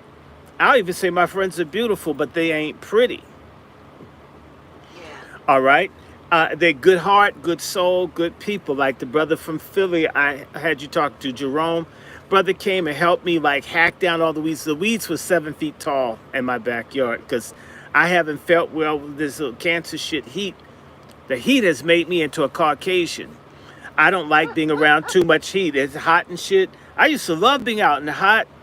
I was so glad. This brother's just a good human being. Came by, helped me hack up, clean up the front yard. And when we got the weeds out the way, I had about 90 peaches on my peach tree. I'll send you a picture. I had a big, big pot full of peaches. And one of them Oh my tasted good. goodness. But the squirrels, one of them is named Huey. Huey has been fucking up my peach tree. And then when he That's the knocks it problem with down, them tree rats. yeah, well, They bang up. That's all it I, is. you know what? I love the squirrels. So the squirrels out front, Yeah. the Yeah. squirrels out front, Eldridge, my favorite squirrel that's black, that comes to sit in my lap and I talk to him. These are black squirrels. The black squirrels steal the peaches. Okay, and then there are the gray squirrels, which are called the white squirrels, which are all female. It's interesting, the even black male squirrels are sellouts. They only get Just make with. sure they don't have Lyme disease. No, no. Well, you know what? It's not like they're gonna bite me, but the brothers just got a heart of gold. They always hook you up. I think it's a good thing for black men and women to be able to love each other, but I don't need someone's nuts on my chin. This is where I clash with gay people. Are they good brothers, attractive brothers, kind brothers, good people to be around, talented? Hell yes. We need to find a way to be together where it isn't necessarily exploitative or extractive, right? Sexualized. Right. Why do I Why does have it to need to be so why do I need to sexualized? It's bust just your all ass to be friends to you? Why do you have to bust mine? Why do I have to swallow your body fluids or eat bowel movement to be cool with you? It's unacceptable, and it's even more unacceptable when a man wants a woman to lick his ass, toss his salad and shit, where you see. want prison sex from a woman. Why the fuck would you get a woman and want to subject her to something that your celly did when you didn't have a choice to be with a real natural woman? And everybody talk about how much they love the pussy. And there are a lot of women, I said this last night, there are a lot of women that wish they could get fucked in their pussy again. I know you hear about this, Jag. I haven't had nobody like put no pipe in me front way. Everybody wants women to be tight ends. That shit's nuts. Now you gonna come Well, down on two dudes doing anal sex, and yet all you want from a woman is anal sex. So a woman's pussy is gone begging. Brothers, I mean, women want to be fucked in their pussy like the cavemen used to do it. We gotten so modern till we don't need the pussy no more, I mean, if you don't need that anymore, then that means you don't need children and anymore. you If you don't don't need need children life. anymore, you don't need life anymore. If you don't need life anymore, then that means they have successfully tricked us into depropagating our own Deep, yeah, race. dying off, and that brings us back to Ofaga. Obama's one of the worst people. See, to me, I would respect Obama more if he said, I was your president for 2 terms. I served pretty well. I think it's fair, now that I'm not in public life, I'm a private citizen, that I can be honest with you. I like dick. I like them black. I like them pink when they're on a white man. I like being jerked off. I like people tossing my salad. I like guys that can cook and fuck. Michelle's a side piece. It was a package arrangement. I couldn't just come in the White House and say, hey, I'm Barack Obama, I'm biracial, and I suck dick. vote for me. Where that would have got me? Nowhere. So I had to lie to you. I had to lie to you like everybody else is lying in this country. I like little kids too. And not just on my knee. I just felt like we could have an open conversation with one another. You've been seeing me, buying my books, and millions of you voted for me twice, 2 times. So don't act like you don't like me. I would rather him just come out and say it. James Baldwin could be out with it. A lot of people have come out with this shit.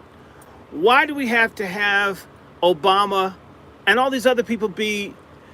Because then maybe people would start asking questions that they don't want people to ask. I would rather Obama say. The simple fact that Candace Owens would sit there and run down on the French president's wife, and she's not French, and have nothing to say about what's going on with Obama Nation. Mm-hmm. It's kind of crazy. And then, somebody kind of said, oh, well, people say it in her comments, and she hosted in her comments. And yeah, but that's not the point. The point is when she went after Scamala, she spared no expense. Even after the woman lost, she kept going. Mm-hmm. Mm-hmm. She kept going until she went and found the grandma's. Well, I'm glad she did, but the thing is Candace Owens, if we can be honest, she's a tether, one. The other thing about Candace Owens, she's married to this white guy. She's had 4 kids.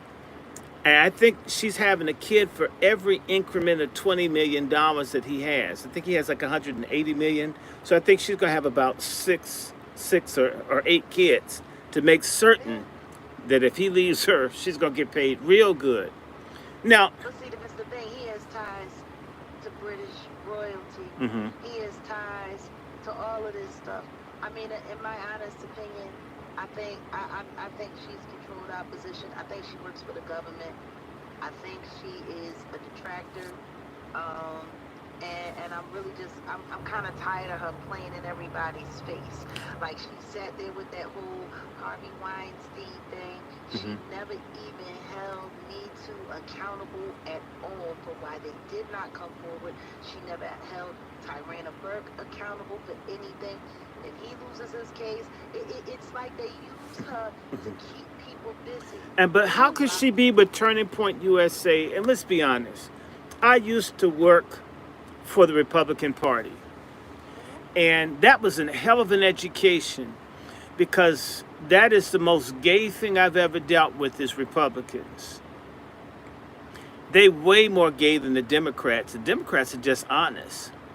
Republicans, oh my God, the log cabin Republican, and it would have a log, right? The goldenrods, I mean, the gay Republicans rock. Come on, Lindsey Graham, who looks like Angela Lansbury, and it should be Sissy, he wrote. Okay, just saying. He does look like Angela Lansbury. Yeah, he do. He looks like Angela, and damn it, I'm right. And it's the same way Macron's wife looks like Dr. Spock with a different nose. Right? I don't know. I think everyone just needs to just accept the fact that everyone is lying about this shit. Everybody's Nobody lying. wants to tell the truth. And you shouldn't be so quick to call people liars when they're calling things out for what it is. Because the people who you're defending, those are the liars. Those are the ones that are doing all the lying. And I want to go back to something, because you were saying, okay, I'm part of the bisexual community. All right, whatever.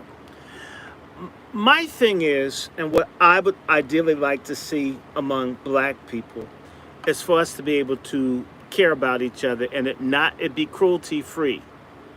Exactly. And I've been straight on. I'll tell you, I adore Jerome. I love my friend Eric. I love my sister friends Miriam, and all of the ladies that I have that I'm in love with. Karen, that you talked to, Big Mama. I love and I love humanity, so it's not limited to just us. But there's something special and unique to black American women. There's something special and unique to black American men. And we should be able to love it and appreciate it and own it. Like I was saying the other day, the way I grew up with white boys initially. And I'm glad I did, because when I got around black boys in school and all, and in the community, I learned that we weren't taught to like each other. So if I really like Odell, I can't say, brother, I just love the stuff, you're good in technology. And I have to say, Odell, I got some pussy last night. Pussy's good. I love pussy. I have to sit down and have a pussy conversation and trash the reputation of black women I know in order to get another man's attention. And why do black men need to destroy the integrity and the dignity of black women to deal with each other? And then after all this talk, still turn around and fuck each other. After all this performative manhood, you still sucking a dick. And this is why when I was teaching and I couldn't get certain people to do their schoolwork because we have all these stupid myths, if you read, you're gay. So I had to say to this young brother who wouldn't do my work, well, man, I don't want to read no book. I ain't read no book. I ain't read. And I said to him, you know what? Let me say something to you. Since if not reading made people straight, why is a disproportionate number of niggas fucking each other in jail illiterate? It seems as if when I try to get you to read, I'm like literally putting a book in front of your butthole to keep a dick from going in there, and you keep yanking the book out. It's like you want to get fucked in your ass, and you hate me for stopping you, and yet I'm gay for trying to stop someone from fucking you. Are you understanding me? Somebody's craziness, not me. And the guy paused. They started doing their work more. I says, I'm trying to keep a dick out your ass. Why are you trying to put one in and yet you're accusing me of trying to put one in? It's always strange. Because we haven't worked through this shit. You know, slavery, chattel slavery is long gone. But the psychological slavery, we haven't begun to take the locks and shit off the chains on our minds, and we should be making every effort to do so. And they keep offering us new games, whether it's red or blue, whether it's Ofaga or whatever it is, or whether it's Come Swallow. And she was a whole, and you know Kamala's bi. I really believe Kamala Harris is bi. You can see like that jaw shit, and she has that ostrich skin effect on her face. You know, I could just see her going down with some cooch. Now, what do you think? Do you think she could be bi? Number one, she's an AKA. Gay. So. Which was started by a gay woman. Yeah. Lucy Diggs Slow. And Lucy Diggs, at least she wasn't colorist. She had a high yellow girlfriend and a dark one. She munched both ways. So she wasn't in the paperback. So she's advancing that. She didn't discriminate. I'm going to give her credit. What I don't understand is what's up with all of the agenda? Like, it's so much agenda. And we're not getting anywhere. We keep chasing our tail. Like it's one controversy, one scandal, another controversy, another scandal, this, that, and the third, and we never get to any kind of real solution, any kind of real resolution. We just keep doing the same thing over and over again. The same lies, the same cover, the same this. It's exactly the little fires everywhere, and then the next thing you know, the whole town is burned down, and there's been so much confusion and chaos going on that can't nobody remember who's responsible for anything. Malcolm Jamal Warner, look at what they're doing with his death right now. There have literally been 15 different versions of how this man has died in a week. In a week. 15. And you know what? I'm going to say something. Where's Bill Cosby's ass? He could have at least given some condolences. He has. He came forward and said something, and then they took that and said that he had him sacrificed. Oh, shit. Yeah, because they asked him, you know, how he felt about Malcolm's passing, and he said it reminded him of when his son was taken. And they were like, oh, he just admitted. Yeah, the wife as well. And see, we're going to have this conversation since we're here in the private room, because I can discuss this with you. And we, you know, for those of us that are here, we're here.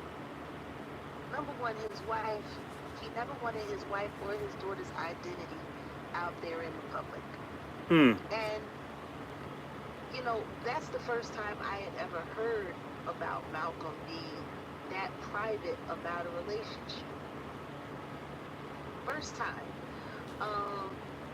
And I said to myself, well, he must be trying to protect them from the industry. If he wants them, you know, because I can understand it. People get onto you, they start stalking you, they start stalking your spouse. Now you got people showing up at your kid's school. Got it. But then somebody just doxed his wife right after he passed away. Turns out she's a law and order actress. NBC. Hmm. Now, if anybody doesn't know anything about NBC, NBC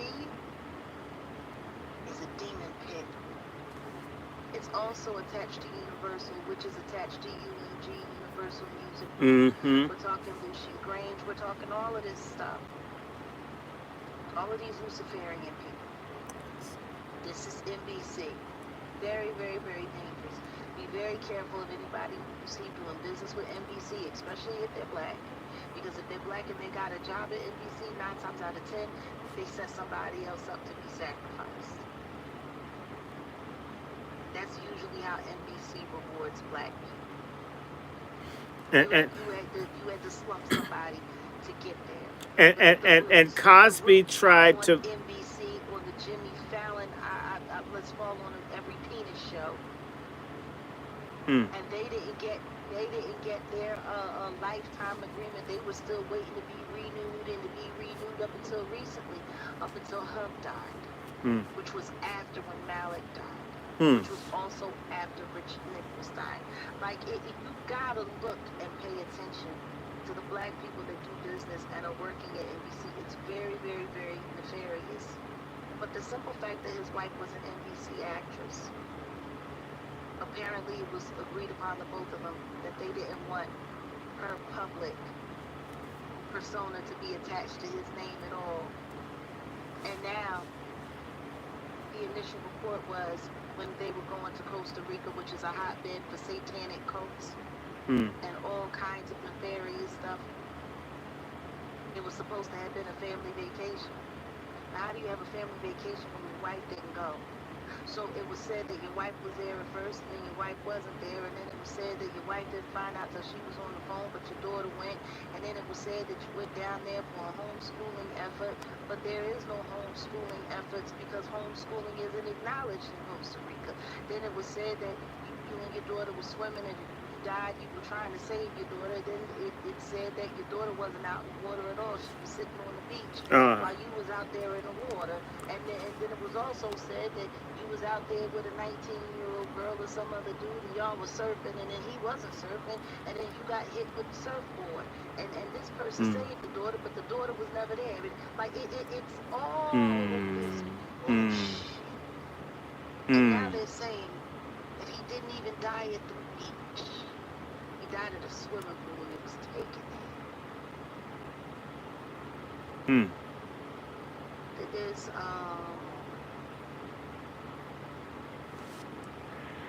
and now they're questioning the wife, and I'm just sitting there thinking to myself, now all of a sudden they're talking about a Cosby Show reboot. Now all of a sudden they're talking about doing the Gordon Gartrell. They want to monetize that, and they want to sell that as memorabilia. You know, these people are energy vampires, and they like siphoning and taking off of people's this, that, and the third. But it crossed my mind. It just made me think. And then they're talking about, just demonic possession, and Ozzy Osbourne passed away. He passed away. There's a lot of satanic stuff going on based around his death. For somebody who's a God-fearing man and very, very positive, but the wife is mum's the word. Like, it's like they got her on a leash. Well, she wasn't even there. but she didn't want to be known, and everything had to be quiet. And I'm just like, did they put this bitch on him Maybe around him? you know, He did a video when he first got there, like when he was there, right, one of his last videos, he did a post, and he was sitting there in this red room. Does anybody not remember it? Diddy and Cassie in their video in the red room? There's a lot of red room shit going on when things are playing Thi- this demonic you're above sitting there. you're above my pay grade there.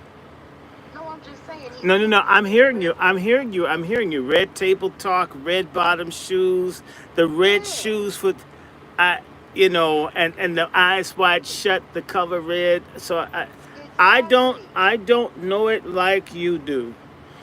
You Why know, is nobody looking at any of this? Is everybody forgetting Eyes Wide Shut, it, where it, they were showing how they put the demonic sexual rituals, the freak offs, mhm. together? It was Stanley Kubrick's last film, Or the and he Hotel died. California mindset.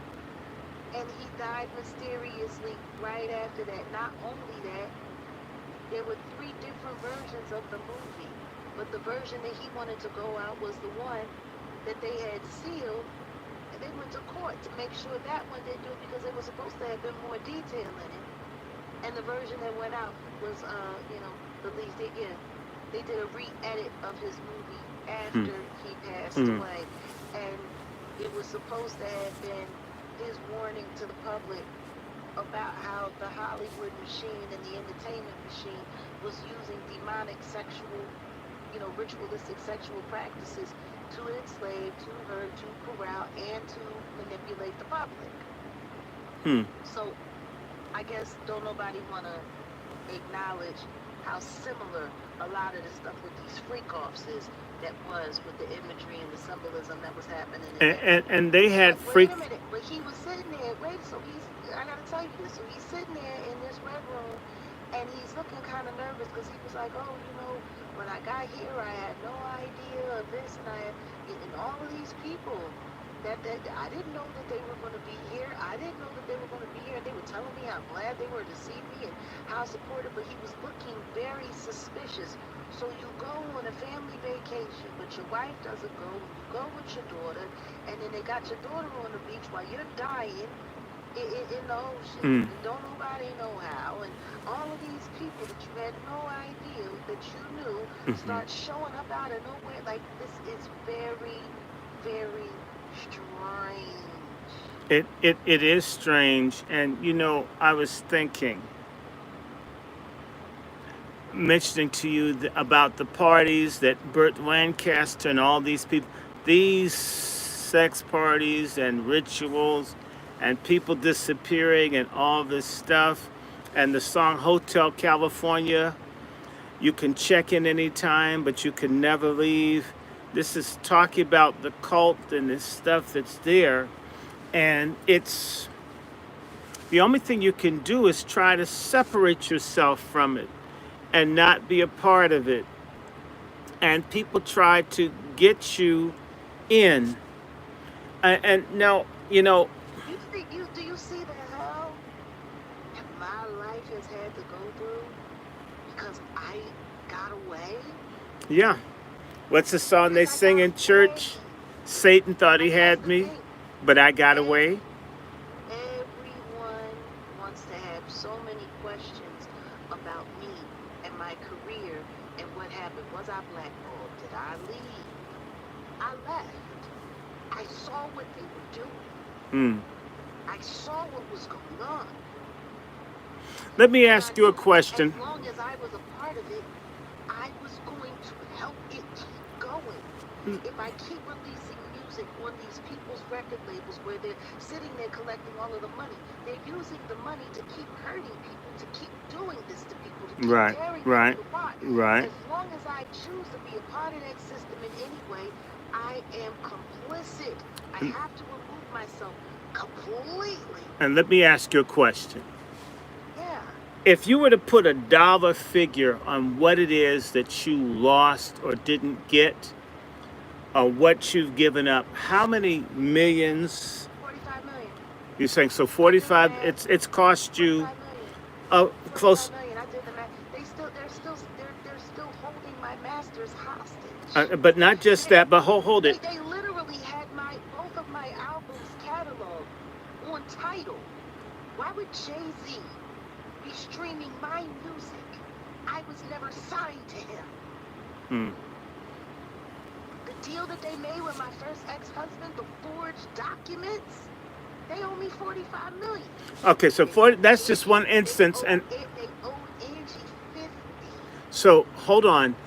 I'm asking you for the totality, potential earnings, and other things, and concerts, and what. Probably about a quarter billion, about 250. So $250 million, which is about the net, net worth of what they say Diana Ross has. You would have that level of money if you had not If I had never left, if I had continued to play along, if I had continued to turn my head while I was watching them sacrifice people, do all kinds of stuff, do all the crazy stuff they was doing, nobody wants to talk about the fact that I called all of these men out for all of those movements. Or are they victims on those tour buses that they caught from state to state to state to state? If people knew exactly how many girls got trafficked on these male musicians tour bus, how many of these girls get invited in? Oh yeah, come with us. You can come on the road with us. Next thing you know, they're halfway across the country. Next thing you know, they're drugged. Next thing you know, they're not in the country. All of this stuff has been going on for years. Mm-hmm. Rolling Stones were doing it. I remember the people, pardon my language, they were all fucking on the 747 and so forth. And it's awful. I want to say. Why is nobody paying attention to the fact that everything that Diddy had going on in his house was the exact same thing that Hugh Hefner had going on in his house? Right. And they were neighbors in the same neighborhood. And He had all of the cameras too. all He was filming everybody too. all this stuff. He had everybody Do you on tape do, too. do you think that you know that Hugh Hefner's related to the Bushes? What about the Bushes? He's related. Hugh Hefner's related to the Bushes. Yeah. And I'm not saying that means that. So, do you think Mossad, CIA, because there's a documentary anyone can watch, which is Hollywood Goes to War, and it talks about how the U.S. government weaponized the studio system, which were run then by our small-head brothers and sisters, and then even before that, you had the Creole Commission, where people weaponized media and music and all of this to get people to go to war with Germany. They did that again with Germany and Japan. And they even,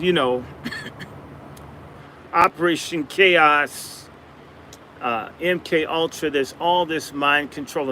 And Laurel Canyon. I know you've been in Laurel Canyon and all the weird things to this day that happen in Laurel Canyon. And a whole bunch of untalented people. People used to talk about the fact that when you would see black artists back in the day, they were truly talented. And white kids out of Laurel Canyon would have a Laurel Canyon hookup. People couldn't play an instrument, couldn't sing, having #1 records and albums and so forth. And it's all connected to the intelligence labs and things that they're doing out there. And they're going to do this with AI as well. If they, I know. Dr. Short, I was so surprised to hear one of my moderators. She makes her little AI records and stuff. They actually have a Jaguar Wright voice, where you program, you put this, and it makes the AI voice try to emulate the way I riff, the way I sing. They're already doing it. Now, let me see. We're at 2:33. I've got about an hour if you want to run for another hour, or at least. Run as long as you'd like to run. I mean, I would like to do this again. Dr. Stella Emanuel. The frontline doctors that were trying to warn everybody about the jab. The woman that talks about the devil's sperm. Yeah. She's my friend. I want you to meet her. I got her number. Would you talk to her if you could? Well, yeah. I mean, maybe she'd be willing to come. No. She would. I'm gonna. That's the reason. Do you really think I would pass up talking to you for 4 or 5 hours if I could, were it not for good reason? But you're one queen, and that woman has saved easily 100,000 lives. And they told people that she's a conspiracy theorist, has never lost a patient when millions of people have died, and all they do is they trash her. And uh, I don't know. All of my friends are people that folks hate. They want to kill her. And I'm thinking, why does everyone want to kill the friends I have? I mean, I don't even have that many friends. I can't even keep them, you know. And people don't understand there's a spiritual war against what's good and what's right. And, but yeah, I'm going to go to see her, Simone Gold, and the woman you talked to, Apostle I Charlotte. definitely I want to invite Sister Karen to come through and talk Oh, because Big she Mama. has Oh so my much. God. She knows everybody's business. I'm not responsible for anything she says about people in the Nation of Islam. I try to stay out of that shit. I already told you, Elijah Muhammad's in my family. And I just met this dude running for mayor of Tuskegee, Alabama. We started talking, and all of a sudden, he was at the family reunion in Milledgeville. And 30 years ago, meaning that this dude is my cousin, and we're all related to Elijah Muhammad. It's all one family. And so I don't agree with people messing with kids and all this kind of shit. But I try to, and I was telling the people down there, they hate me. They say I act like Elijah Muhammad. I don't. I'm nothing like, but they still hated me. We don't like you. You're just like him. And stay away from our kids and shit. And I'm thinking, you know what? This stuff is crazy. And by the way, this shit was going on in the nation. Okay, that's what got Malcolm X's ass killed. And this stuff was going on in the, When um, he found out what was happening, yeah, and it wasn't he just him. cried about it. Yeah, this was going on with Yahweh ben Yahweh. This was going on with the Moors. That's how somebody's ass got killed, was over pussy. And, you know, one thing I hope for black men is to understand there isn't a pussy shortage. If we could just get there, you know, I had this poem about pussy shortage, and because this is what makes black men petty. And the thing that's crazy is you have a pussy shortage, and yet you're trying to fuck men. Make up your mind, brothers. You're all over the place. You think the world's gonna run out of pussy, so you're mad at every other black man. You, you, if he's straight, you hate him because he wants pussy, and if he's gay, you don't want to give him none. Why are we fucked up like this? I have And no so to idea. me, I'm happy that you want to fuck someone and not me. I'm happy that you're straight. I'm happy that you're putting that blunt object in someone else's But orifice. no, but can we talk about that? Like, why Yeah, is let's it talk that about it. nobody I'm here. wants to nobody wants to look at how real and I hate the whole black love. Like every time I see them put the black love moniker, the first thing that I'm looking at is, okay, which one is gay or are both of them gay? Because that's usually the bullshit that they got going on with it. Nobody's talking about real black relationships. No, they're So, not. And, so and, wait a second. Yeah. No.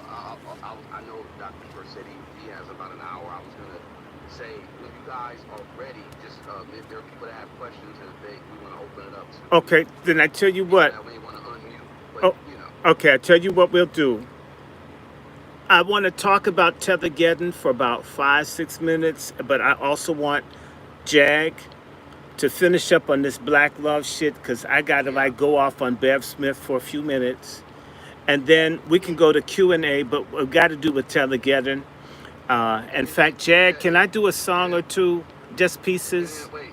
Hold on, Dr. Short. In all honesty, next week, if you're open, I mean, we could reconvene. Just it's up to Okay, you. it's up to Yeah. Jag. She's the Yeah, it's up to star. Jack. So I'm sort of It's like up Ed it, McMahon. it's up to you whatever time you You're have. Johnny Carson. I'm Ed McMahon. Here's Jaggy. Okay, I'm just here to try to say to everybody, this woman's on. Okay, so if you want, I want. If you don't want, I don't want. And I said that to you Christmas Day. It's what you need to be supported, and people need to see that they're black men that love Jag, and we don't give a fuck. And if someone says she's bisexual, a lot of people, I want to munch pussy myself, so I'm not mad at her. Let her work it out with God, right? And if so, a lot of us have nibbled titties. We were babies. I was lactose intolerant. I never nibbled a Wait a titty. minute, who's bisexual? No, I'm teasing. I'm just saying. Oh, I'm saying because people say, "Well, wait, Jag's all over wait, the wait. place." I have a friend No, that's in the. I'm not all over the place. I didn't say I'm a you. bisexual woman, I didn't say but I'm in a monogamous relationship exactly. with a straight black man, and that is very, very, very possible. And a lot of things that people don't understand, as far as my bisexuality is concerned, that is all symptomatic of my abuse. Yes, ma'am. See, a lot of people don't want, they hear me say something, but they don't ever really pay attention. Trauma From and the time abuse. yeah, Yeah, trauma yeah, and abuse, and that's why I'm not screaming at Thomas Dodson. When I talked to you about all the people that got abused, my cousin that was getting raped and he ended up dying from AIDS, the people screwed him until they took him out on the gurney. There, a lot of what we find repellent in other people is the result of what's been done to them. So when I have a yeah, conversation with anybody, gay, my point is, when did this start? And if anybody hurts you, I consider it situational because sexuality is situational. I hate to say it. Proof of that is I can be a man. I was at my friend's swearing in as a judge, and there was this very bulkish looking, odd looking woman, but we were talking about drugs. I was talking about taking fentanyl and shit. I'm just telling you. And I wasn't trying to like hook up with them, but they did have like a big, broad back. I didn't know it was a dude, although I wouldn't have been surprised. But somebody who was straight that probably likes big Hulk Hogan built type women could probably get a rise off of that person saying, I'd love to break that hole's back. And he's being attracted to a man. It's not intentionally homosexual, but you're vibing sexually off of a man presenting himself as a woman. This sex thing is quite serious, which is why the psychological. scriptures talk about they don't want men dressing in women's clothes. Because if you dressed up, certain cats, and they didn't know, certain dudes think, damn, I'm gonna fuck her. I said, dude, that's why people's asses get killed sometimes. Because I was ready to jump in this shit, and they reach in, they thought they're gonna get some kiwi fruit, and it's a banana and plums. Niggas won't fight. So, because we have issues with understanding, yes, sex is spiritual and it's psychological, and I wish it were all set in stone, right?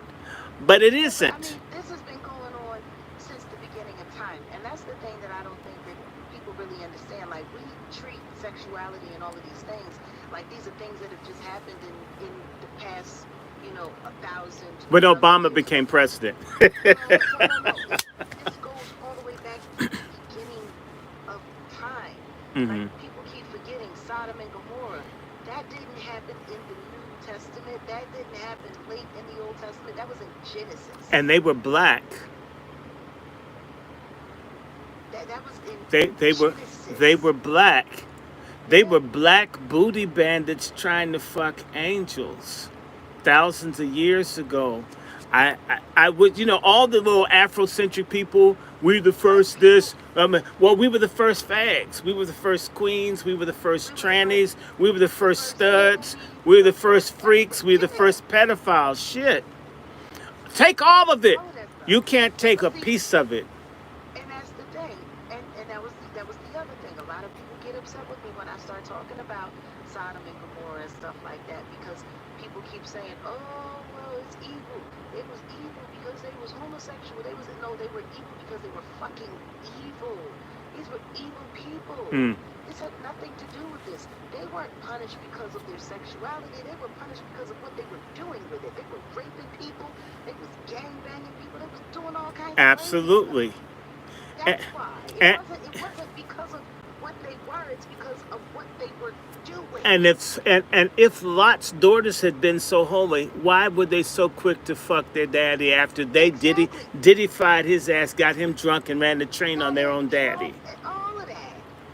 I mean, it's right there. It's in the book. And guess what? It's in the damn book. It's in And the look at the Bible. descendants. Read, And look at the niggas. descendants of their children. They're still at war to this day. Yes, there is, and Iran even and Iraq. the book of Maccabees, where the folks made sodomy was state law. You had to bring your son in so they could fuck him in the temple. That's right there, Yeah. book of Maccabees, and you can't Oh, say yeah. no. The same way you can't opt out of the California Healthy Child Initiative, where your kid has to learn how to put lube up their ass when they're in the first grade. This shit ain't new. Now, This we shit were is talking about it's black insane the stuff love. that they got going We were on. talking about black love, and I want to say Yeah. about the black love thing. I hate positivity box coons. People put all this black positivity out as if we've got shit together and we're busted down from the roof to the floor, and that we need to come together, clean up. We need some amnesty. I mean, part of reparations is us repairing each other instead of destroying each other, which is what we've been doing alongside the white supremacists. In fact, they've We're doing it outsourced better their than them. jobs to our asses. Let's just be real about this. And so I remember trying to have a conversation when Bev Smith would do Night Talk. Remember that show? And they I would heard about never it. ever talk about any of the difficulties or pain or trauma or any of this stuff. You got to meet my buddy Sheila Halt, the expert, Dr. Sheila Halt, the expert on trauma for black children and children in general in DC. And they fired and ran her out of the school system for trying to save kids' lives, right? That I says, Bev, how come we can't talk about the stuff that's going on? The people that get raped and molested. I says, I saw a whole bunch of people that I grew up with die from AIDS. A lot of them have been molested. Gay black guys at Howard School of Fine Arts. The guy who was mentor to Chadwick Boseman, that everybody knew was gay, who used to pick up men with the man that lived in my house in Meridian Hill Park, Malcolm X Park, took Chadwick Boseman over to Ghana. I'm not saying they did anything, but I wouldn't put it past that dude that he didn't try to grab his shit, because that's the kind of person he was. I knew him before Chadwick did. We we need to talk about all of this. We need to talk about the fact. Just take Chadwick. When I saw Chadwick, he was way, way, way, way, way, way more moist than what you saw in Black Panther. He didn't have a beard on his face, and he was very, very soft. I'm just saying, nice kid, soft.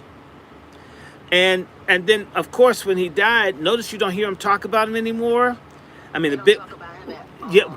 but he died of cancer, and that cancer was up his ass. Mm. Okay, it's colorectal at your ass. And the kind of aggressive cancers that kill heavily black men are cancers that people get up the ass. You have 3 to 5 years. Okay, you're talking to a person who's diagnosed with stage 4 cancer a year ago this month. I have aggressive cancer, okay, but it ain't up my ass. And that colorectal cancer comes often. It's almost universal with men that have anal sex. Doesn't mean I love Chadwick Boseman. Beautiful, beautiful man. I thought great. I liked him. I don't hate you if you're gay or lesbian. Where I disagree with you is the public health things to yourself and everybody else. And if you got taken or abused or molested when you were young or hurt by people, continuing to have sex in that vein doesn't deal with the harm. It doesn't solve that. As I asked someone, how many dicks would make you happy? I asked someone, and I says, I'm generous. If I could get you to agree to only fuck 3,000 people, would you then be happy? And that guy started yelling and screaming, how dare you give me a number? So 3,000 is oppressive to you? That sounds like an addiction, that you could even conceive of having more than 3,000 people and not seeing that this serial fornication, and I don't care if you're straight, it's an addiction. I don't care whether, It is. and to me, the dude that needs to fuck a different woman every day, to me, is a fag that likes pussy. That's it. Because if you really can connect spiritually to a woman, a real woman, like I can talk to this, I got lady friends that are unlike any other. I could talk to my friend Aja for 10, 12 hours straight. and not be tired. The other one, I can't talk like 10 minutes, please, I gotta go, right? When you can connect at least spiritually to the soul of a woman, it's not interchangeable. It's not like snap tight plastic bricks and shit where one Yeah. pussy size fits all. There's a spirituality to it, and they know this from micro chimera. When a man busts a nut in a woman, some of that sperm leaves his characteristics in the womb. And I'm wondering, if someone busts a nut in your throat, does it happen to you there? And if someone busts you up the ass, is it a possibility that the... No, but see, that's the thing. And that's what I keep talking about. Like, with everyone talking about, they want to run down on Cassie. Cassie is the biggest whore ever in the history of whores. She did this, she did that, she turned Diddy out. It was all her. Is she bigger than Kamala? I doubt it. Oh. My thing is, it's the transfer of the spirits. Yes. People keep forgetting about the word soul tie. Yes. When you start having intercourse with someone, whether you're using a condom or not, you're creating a link. If you're not using a condom, and semen is transferred into the womb, all of that. Women are receptors. We receive. So the more men that you're screwing, the more the spiritual stuff you're taking inside of you. And whatever comes along with him is what is left behind. That's why, people get mad when they hear me call women cum dumpsters. Mm. But let's just be real. Well- That's what it is. If you're sitting there taking all of these semen specimens Mhm. inside of your body, you're trashing your soul. And there's something else. There's nothing but confusion. And I call folks abortion queens. Where basically, you need some yellow tape up on some of these pussies because they're a crime scene. And the same thing for men. My brother was never the same after his first child was aborted. Didn't want to man up. Maybe it wasn't his kid, but he thought it may have been, so she killed it. This abortion, we disproportionately abort children. And they talk about all this damn black love, Bev Smith. And I just says, why can't we talk about what's really happening? You're a woman. Women get raped. All this other stuff. I didn't say only talk about that. We can celebrate love, but can't we talk about, we've been ripped by the whites and everybody else. Why can't we touch this? Exactly. Exactly. Exactly. Exactly. Exactly. Exactly. Exactly. Exactly. I have a friend, a couple of them that have told me that they're gay. I told one person, you're not really a lesbian. Says, you've been disappointed and hurt. You ain't a lesbian. You haven't had a man sweep you off your feet. So don't tell me you don't like men. Say you don't like the way men have treated you, and you're right. But I says, you also know that the women that you went to beat your ass too. So in reality, that's the thing that trips me out when you see these women and talk about how much they hate men, and then they end up with a woman that's more abusive or just as abusive as any other man. and they don't pay for pussy. Look. They are more violent, and they don't pay for pussy. You can get a dude to subsidize. He will fuck a woman, won't necessarily be nice, and he'll let her have a girlfriend. He'll pay for everything, right? Right, and he'll pay for pussy. The stud gets everything free. In fact, the stud doesn't have to keep her skin up or look good and shit. I've seen women with dirty wife beaters and shit. No woman would claim a man out in the public like that. Do you follow what I'm saying? This is standard for men and almost none for a stud. That shit just piss me off. Stud females, to me, they're some of the most offensive. Yes.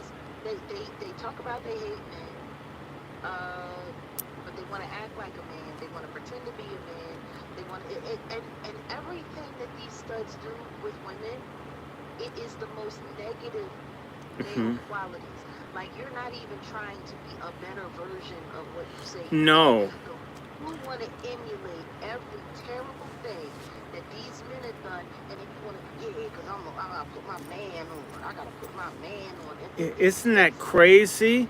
It's insane. and it's the same thing for men who Yeah, and hate it's what women they but want a practice. feminized man. You want a tranny over a real woman with the real pussy, not that al that snapping turtle shit that they do, the clip and tuck shit that hurts. Imagine someone being screwed in their fake vagina and acting like it feels good to them when they don't even like it. Or imagine the stud Do that you gets know how many people I know that have had those surgeries? Actually, most trans that I know that have had those surgeries hate them. They hate the result. they hate the sex and they commit suicide. There's been so many of these transgender men, transgender women who were male, went to female, got their fake vagina, and then their vagina started closing up and started rejecting. It's Mm. yeah, a lot of them, And, like a lot of them end up regretting it, and that's why I've always told any of the trans that I dealt with, do not mutilate yourself. yeah, it's not a sex Mutilate change. yourself. It's a sex mutilation. And these people that get these fake dicks and fake pussies got more leaks than the Trump White House.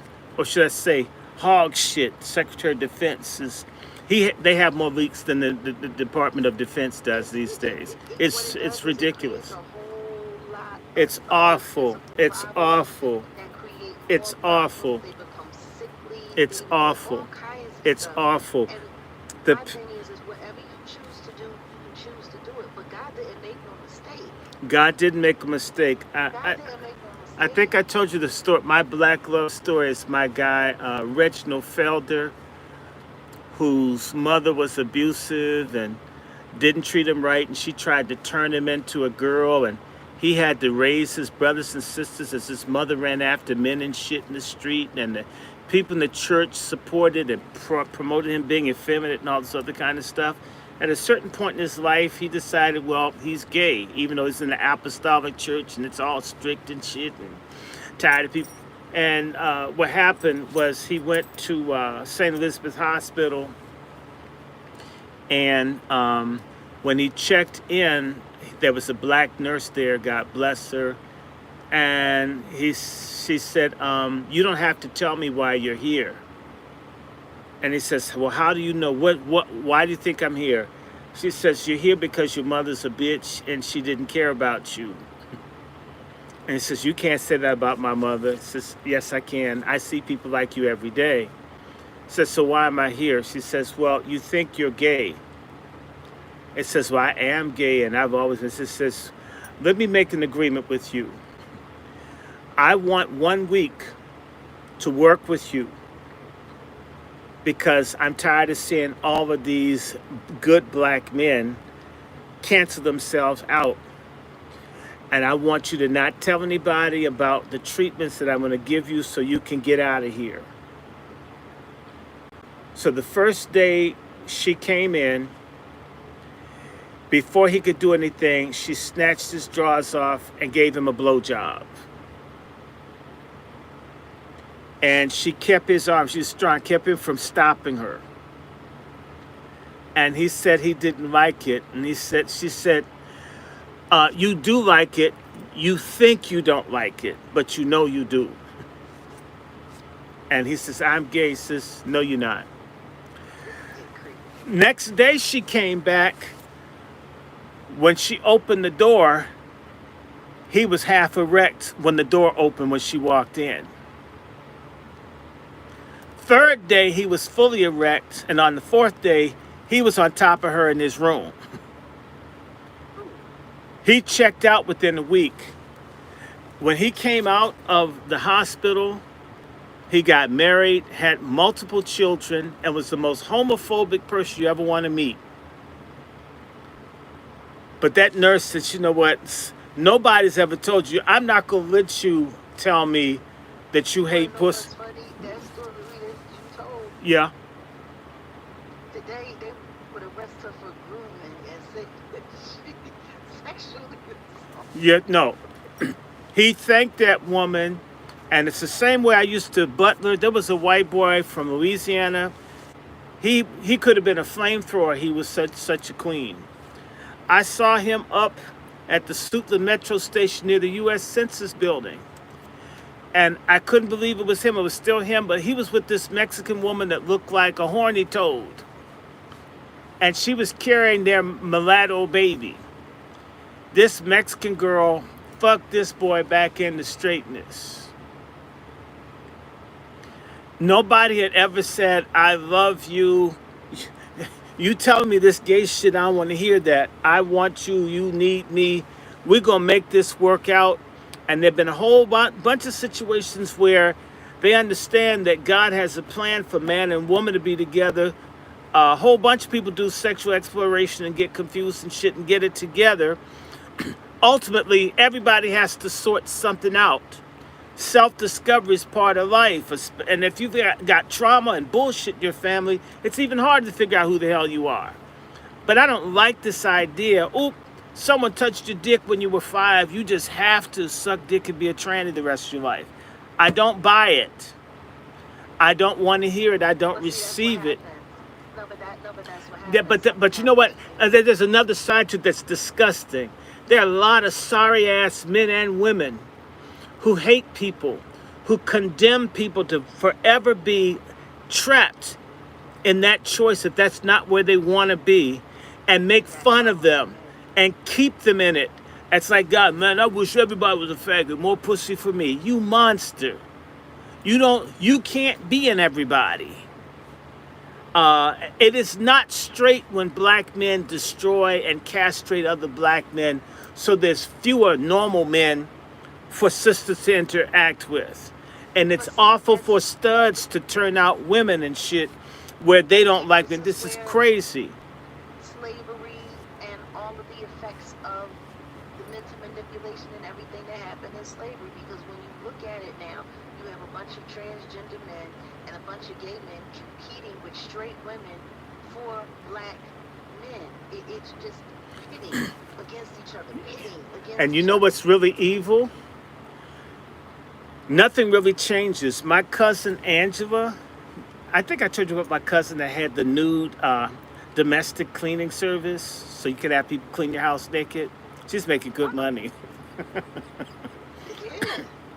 I told you my family's crazy. I told you my family was crazy. I'm not responsible. I didn't make I never got paid. I didn't do any booking. But she told me, because she's a professional makeup artist. You've heard of her. Her name is Angela. Angela to the Stars. You've heard of her. That's my cousin. Okay. She's a big girl. She's pretty. She goes up to Philly. She does everybody. You know what she said?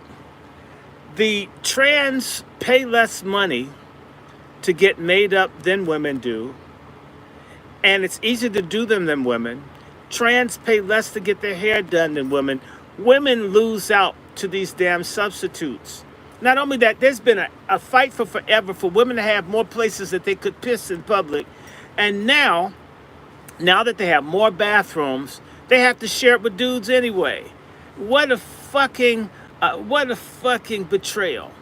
For all the times women didn't have any place to piss, now you still have to compete with men.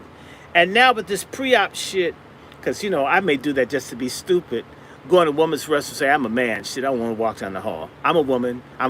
Go in and piss in the women's restroom and shit. That's crazy.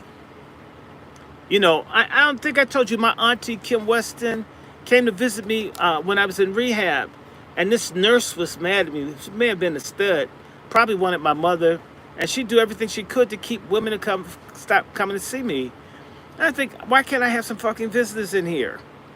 So when I found out this bitch was cock blocking me, I called her supervisor and said, you better thank God I'm a Christian. Because if I wasn't, I would say I was a woman, I'd go down and beat that bitch's ass until I got back to my room and be a man again. You tell that bitch stop fucking with me while I want to be a dude.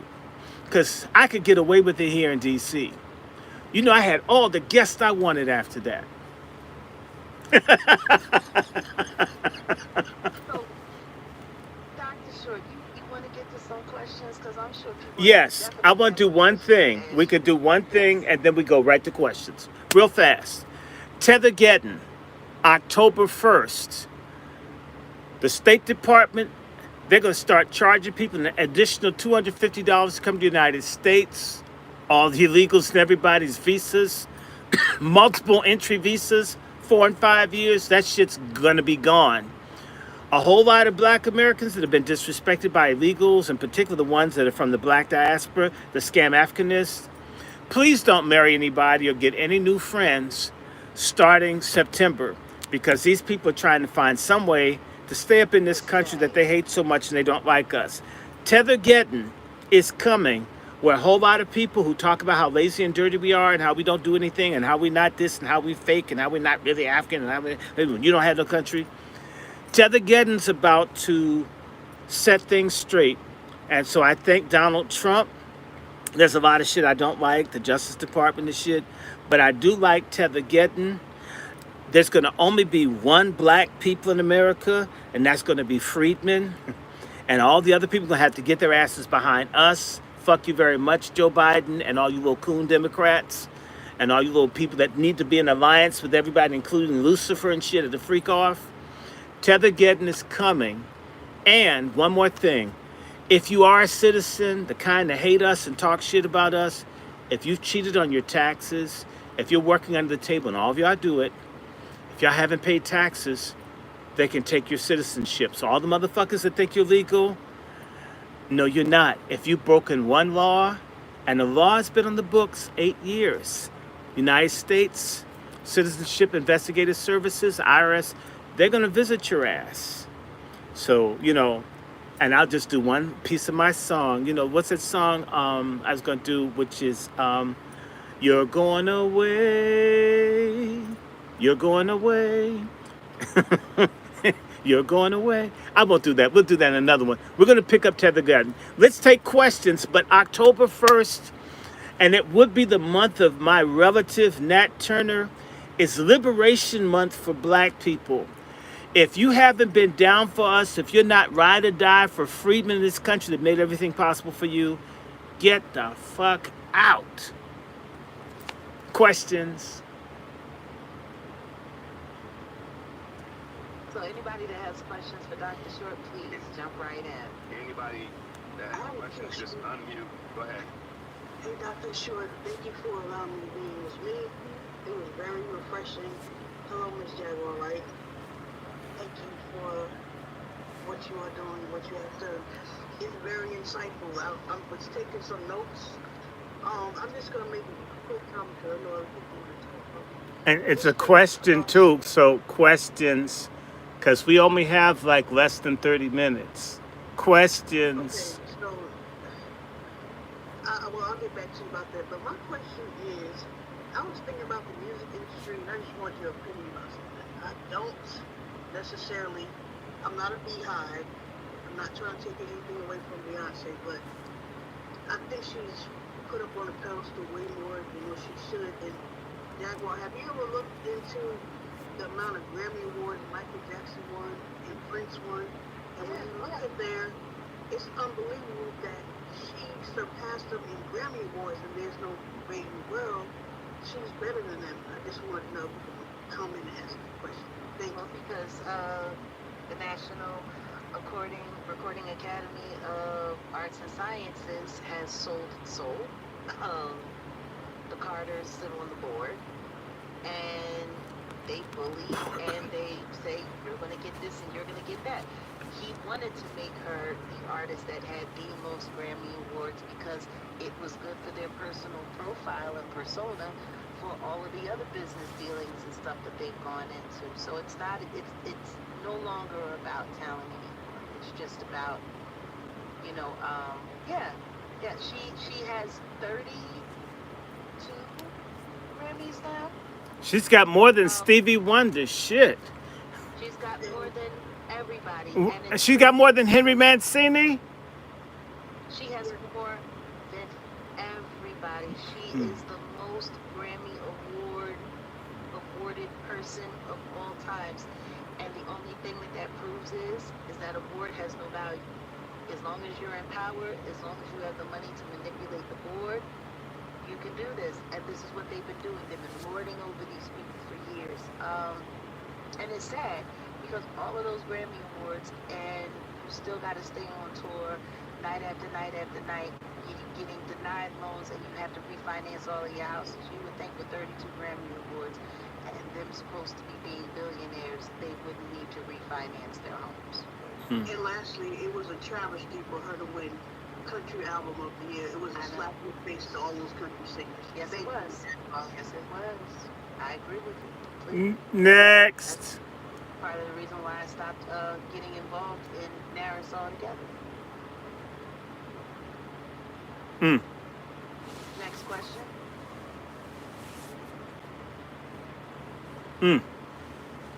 Professor Allen? Hey, can y'all hear me? Yes. Oh, Professor Allen. Oh my God. Hey, I can't believe it. Oh my God. Can you like drop me a number so I could talk to a real professor? yes, sir. I'll DM you on Yeah, Twitter. yeah, Check yeah. your Twitter. Treat me like I'm white so we can team up. Yeah, me and Dr. Short are going to be in a documentary in a minute. So y'all check That's it out. fantastic. Yeah. Well, I'm gonna be real quick. First off, Jaguar, I've been following you years, watching your YouTube videos. I'm a scholar, a historian. I study ancient world history, and my question is, well, I've seen some rare books, some of which I shouldn't have seen, and they talk about a Luciferian agenda, and I see a commonality. And my question is, number one, is all this secret society stuff in the music industry related to that? That biblical? Absolutely. Pretty biblical. And secondly, I've seen a lot of interviews of musicians and artists saying just straight up that they sold their soul to the devil. What do they mean by that? Are they being literal? Yeah, of course they're being literal. It's funny that people think that they're speaking figuratively. You know, and that's the thing that bothers me more than anything. It's the disconnect that the public seems to have when you hear someone say these things flat out and you think that they're speaking figuratively, but then you look at the circumstances and everything that's based around it, and it lines up with this very demonic agenda. We have to stop pretending, you know, like we're not hearing it. Like these people, you hear people saying it, oh, I sold my soul, and I sold my soul, and, you know, even Chloe Bailey, look at her career, look at her sister's career. They were both, you know, discovered on YouTube, signed to Beyonce, and then all of a sudden, the second that Chloe no longer wants to, you know, do all of the other stuff that they wanted her to do, that her sister has been now all of a sudden, and she was literally, she just did a long ago, I think she was on her Instagram talking about how the movie Sinners made her cry because it was depicting exactly what her experience was and what she knows the industry is all about. Wow. Yeah. Wow. So are these people meeting up with demons and stuff? And I'm not even being funny. I've been African and seen some things. So, well, I mean, yeah, Yeah. let's just be honest. This is everywhere. Hey, It's Jack. everywhere. There, you know. And Jack, I want to say this. My running buddy for 10 years is a man named Raymond West, whose son is Kanye West. For several years, he and I would argue about Kanye's future. And he would have nightmares of Kanye giving himself over to evil. Wow.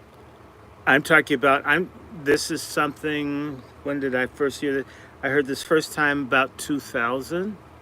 So it's 25 years ago, Father had nightmares. And I haven't said that out loud to anyone, ever. His father's a wonderful person. And basically, I owe the father apology because I begged for him to let Kanye do music. Okay. And in a sense, I tried not to be an asshole Xer to a boomer. I was trying to be, younger people have to be able to express themselves, but I would say to you, there's something very, very wrong and off and otherworldly about Donda West. There's something wrong with her, and I said it. And this runs in families. People have these curses, generational curses, and you may have a great talent. The scriptures, the Bible says, gifts are given without repentance. In other words, God may give a very wicked person a great ability. It doesn't mean that they're good. It means that they have a great talent.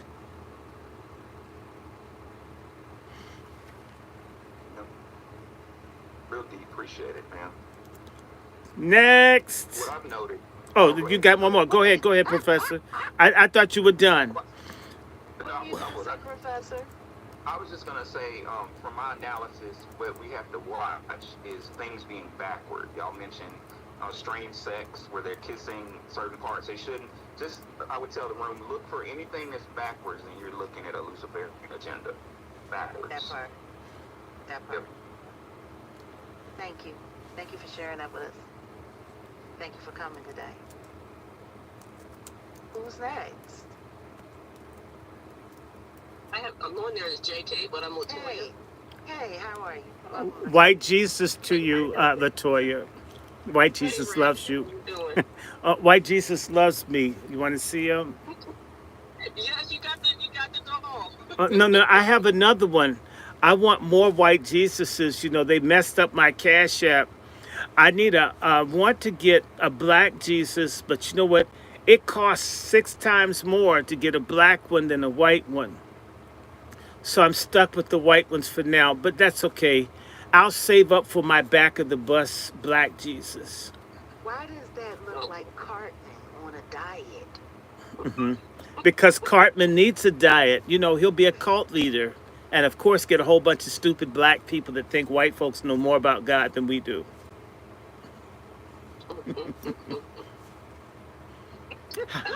Well, you guys have dropped so much information. I know when I'm talking to Randy, it's just like I just sit back. I'm like just like a sponge, just listening to all the information. But the only question I have My friend. is there going to be a continual free fall of the boule? And do you guys see more of it happening or intensifying within the next 2 years or even less than that? It's already started with Obama. And when black people stopped voting in 2012, there's been an awakening among black people, and the awakening has continued.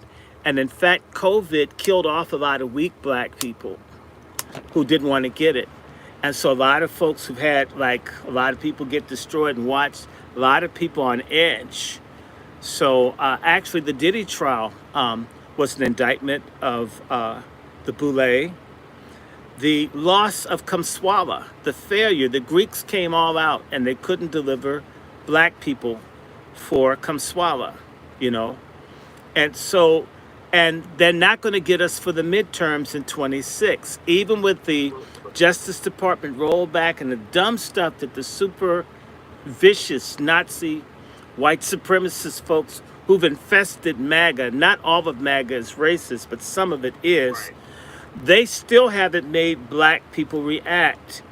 And by the way, part of what's been holding up the boule are the illegals. The illegals, fresh troops have been coming from Tethers. So they're going to be gone. Mamdani being attacked in New York is a loss for the boule. Karen Bass's Edward G. Robinson looking ass being hated in Los Angeles is a defeat for the boule. Johnson in Chicago, who's deeply hated by black Chicagoans, is a loss for the boule. The Negroes trying to push Cop City in Atlanta is a loss for the boule, as well as Atlanta no longer being predominantly black. People turning on the mayor of D.C., people being exposed to the fraud of West Moore, the little macho-looking queenish governor of Maryland. Eric Adams having to go independent. Politically and socially, the fact that T.D. Jakes' ass has had to step down. There's a lot of shit. The fact that they're trying to put Jamal Bryant up and they're doing protests and shit, trying to get niggas to go out and march. First and foremost, I like my shoes too much to march, all right? I like my shoes to last. I'm a broke-ass nigga. I like to buy one pair of shoes every year. Black folks are no longer going for this. There's a reaction to abortion.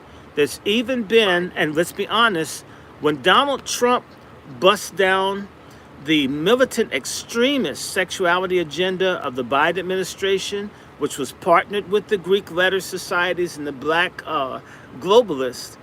The boule has never been weaker than what it is right now, and it will continue. And I want to say something to you. This big, beautiful bill that's going to fuck with the social safety net of a lot of people. Black folks are going to be forced to have to deal with what's real. We've been in I Have a Dreamland theme park for 60 some odd years. Well, admissions is closed and every park has to shut down for maintenance.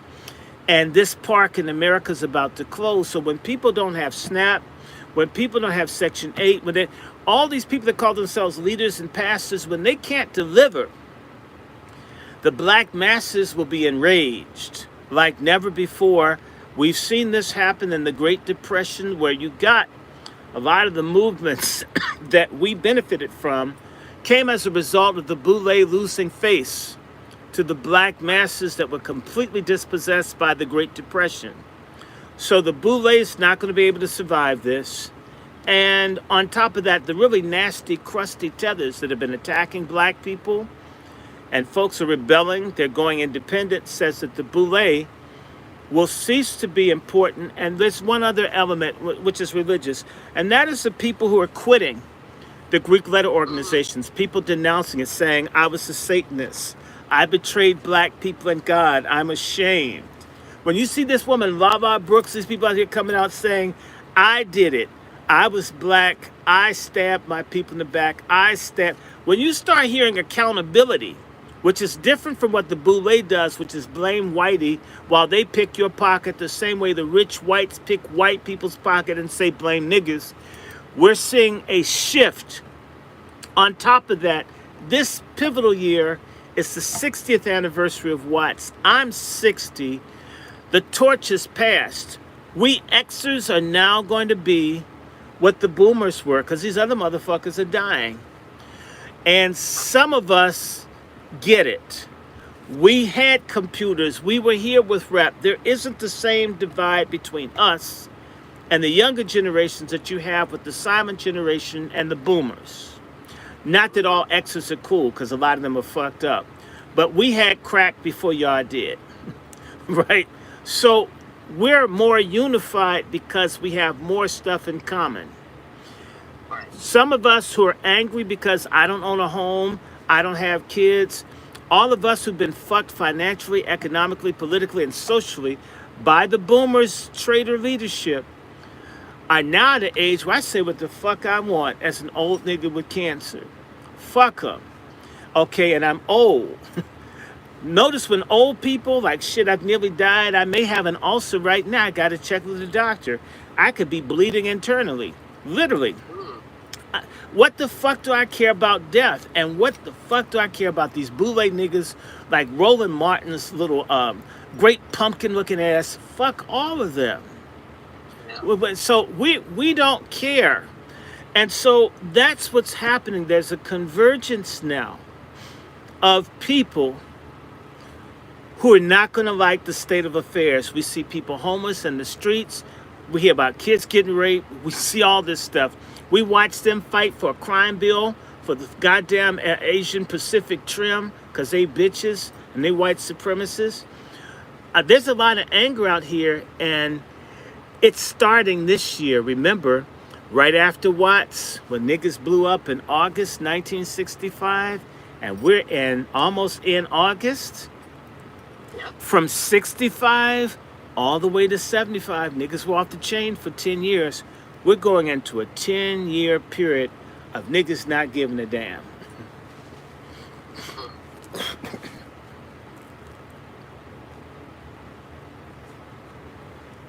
Next. Say hi to Zaria. Hi, Zaria.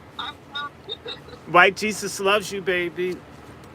I'll let her know. Mm-hmm. Hello, Miss Jaguar, our first Dr. Short. Thank you again for the laughs, for the knowledge and your wisdom.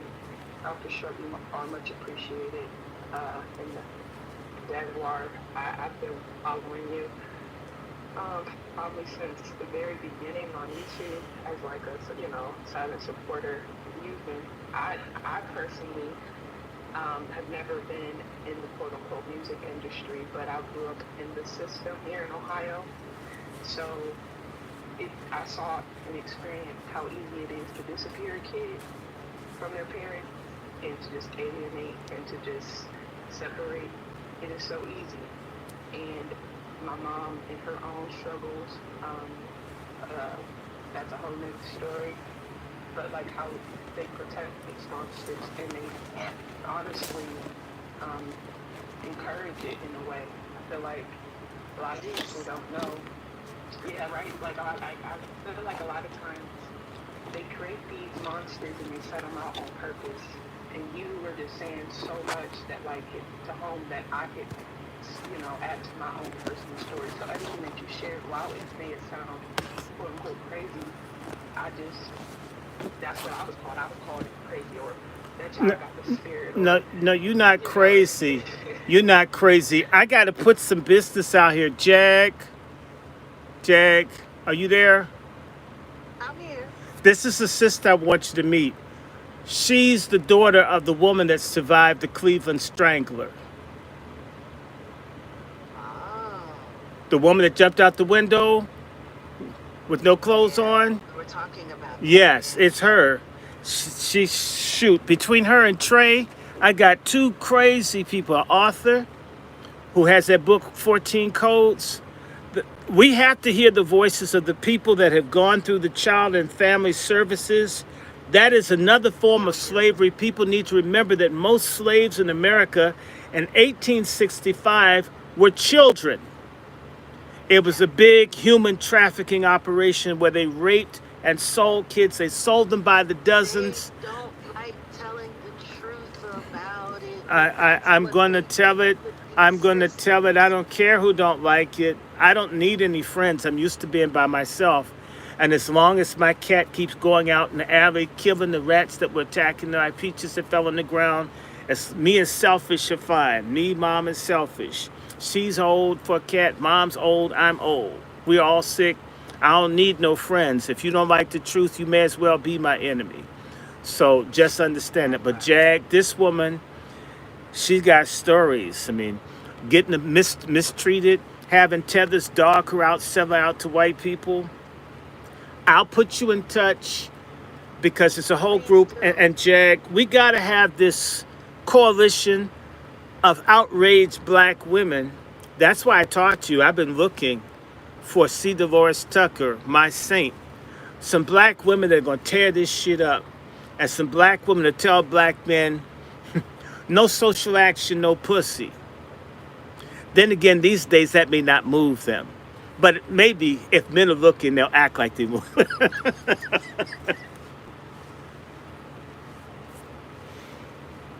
Savannah, was there anything else that you wanted to share with us or you wanted to ask? And just so you know,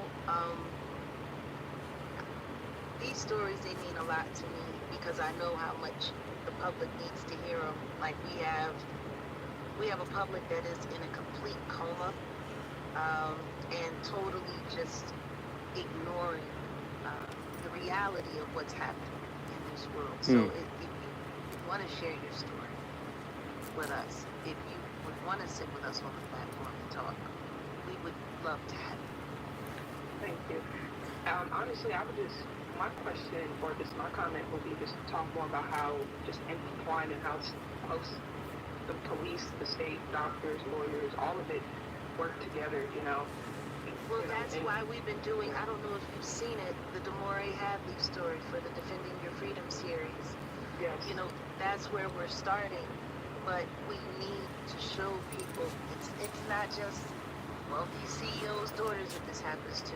If it can, that's part of the reason why I wanted to do that story, because if it can happen to someone who is attached to something that high profile, imagine how many other people it's happening to that it's flying under the radar because they're not known. That was it. So just wanted to give you a word of encouragement and to say that I believed you from the very start. So thank you. Thank you. please feel free to reach out, leave an email, whatever the case may be, if you'd like to get deeper into that conversation, because I'm so sick and tired of knowing that people like you out there exist and everyone wants to pretend like you don't. You know, being able to survive state-sanctioned tyranny and abuse is something else. It really is. It's definitely something else. Yeah, who do you go to? Who do you go to when you're getting screwed over by the people that are supposed to be there to make sure you don't? Thank you, Steve.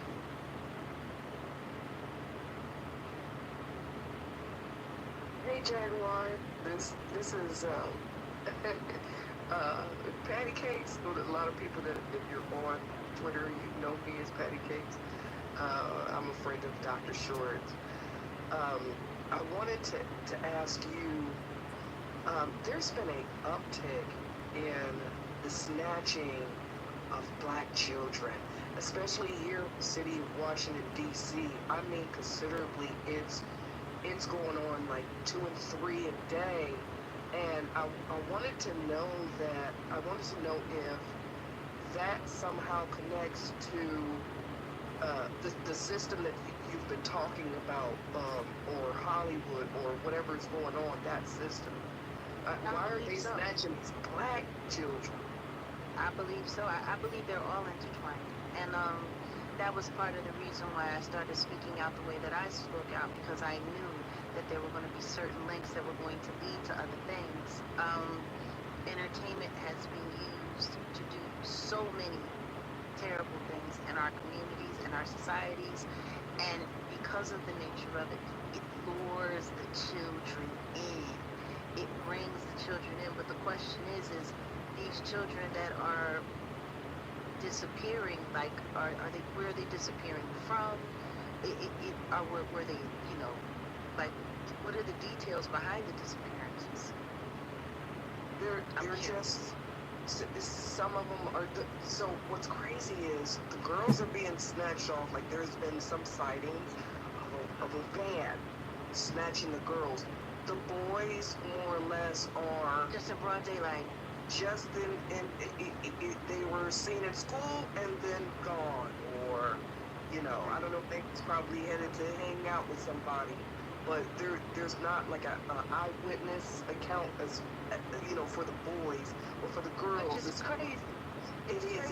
Because with all of the cameras that they have, with the way they're able to use social media to triangulate and look at locations, like literally the government has the ability to be able to go and snatch and look at that time.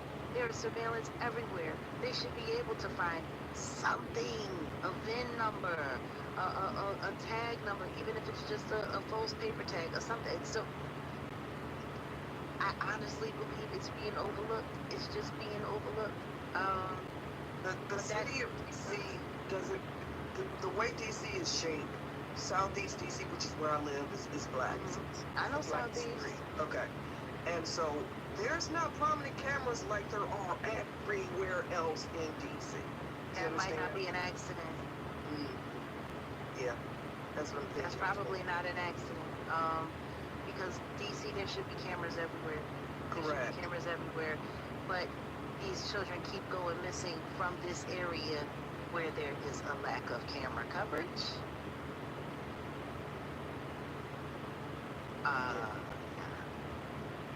Street lights. What are the families? Are the families advocating in any way? Are they trying to get justice? What are they doing? Yeah, so a lot of them advocate on, you know, like the neighborhood apps. I've heard of you know, and personally, I don't trust those.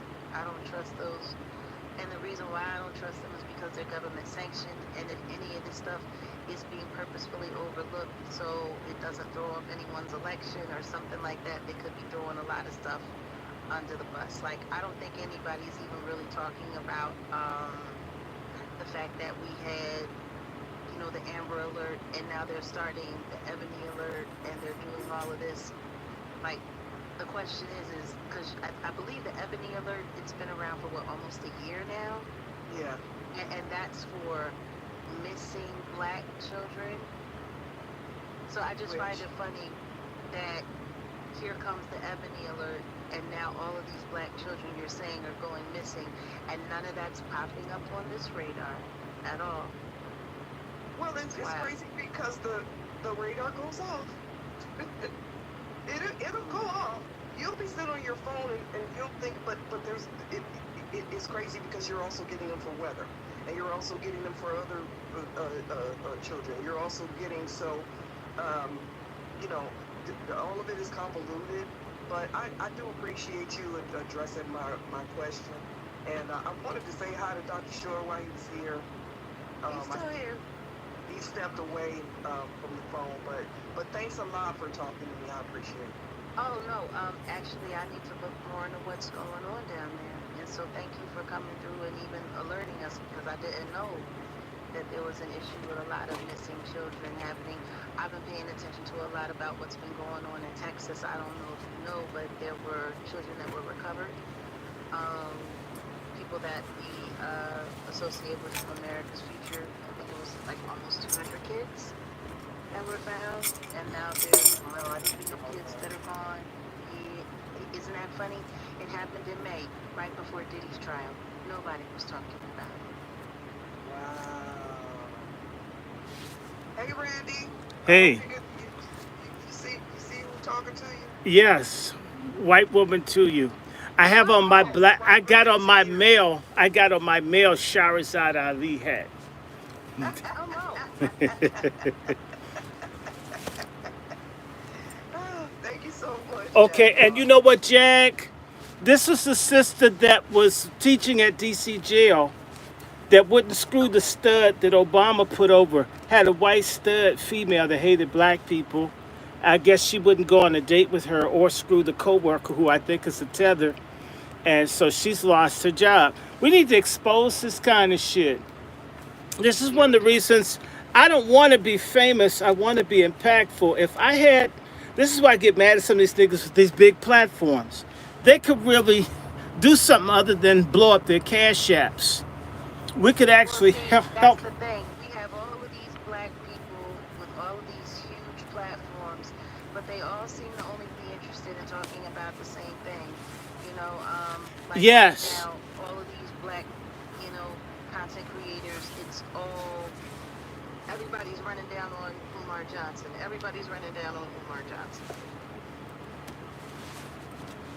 Well, did Odell tell you the little short story I was going to write about him? No, what was the story?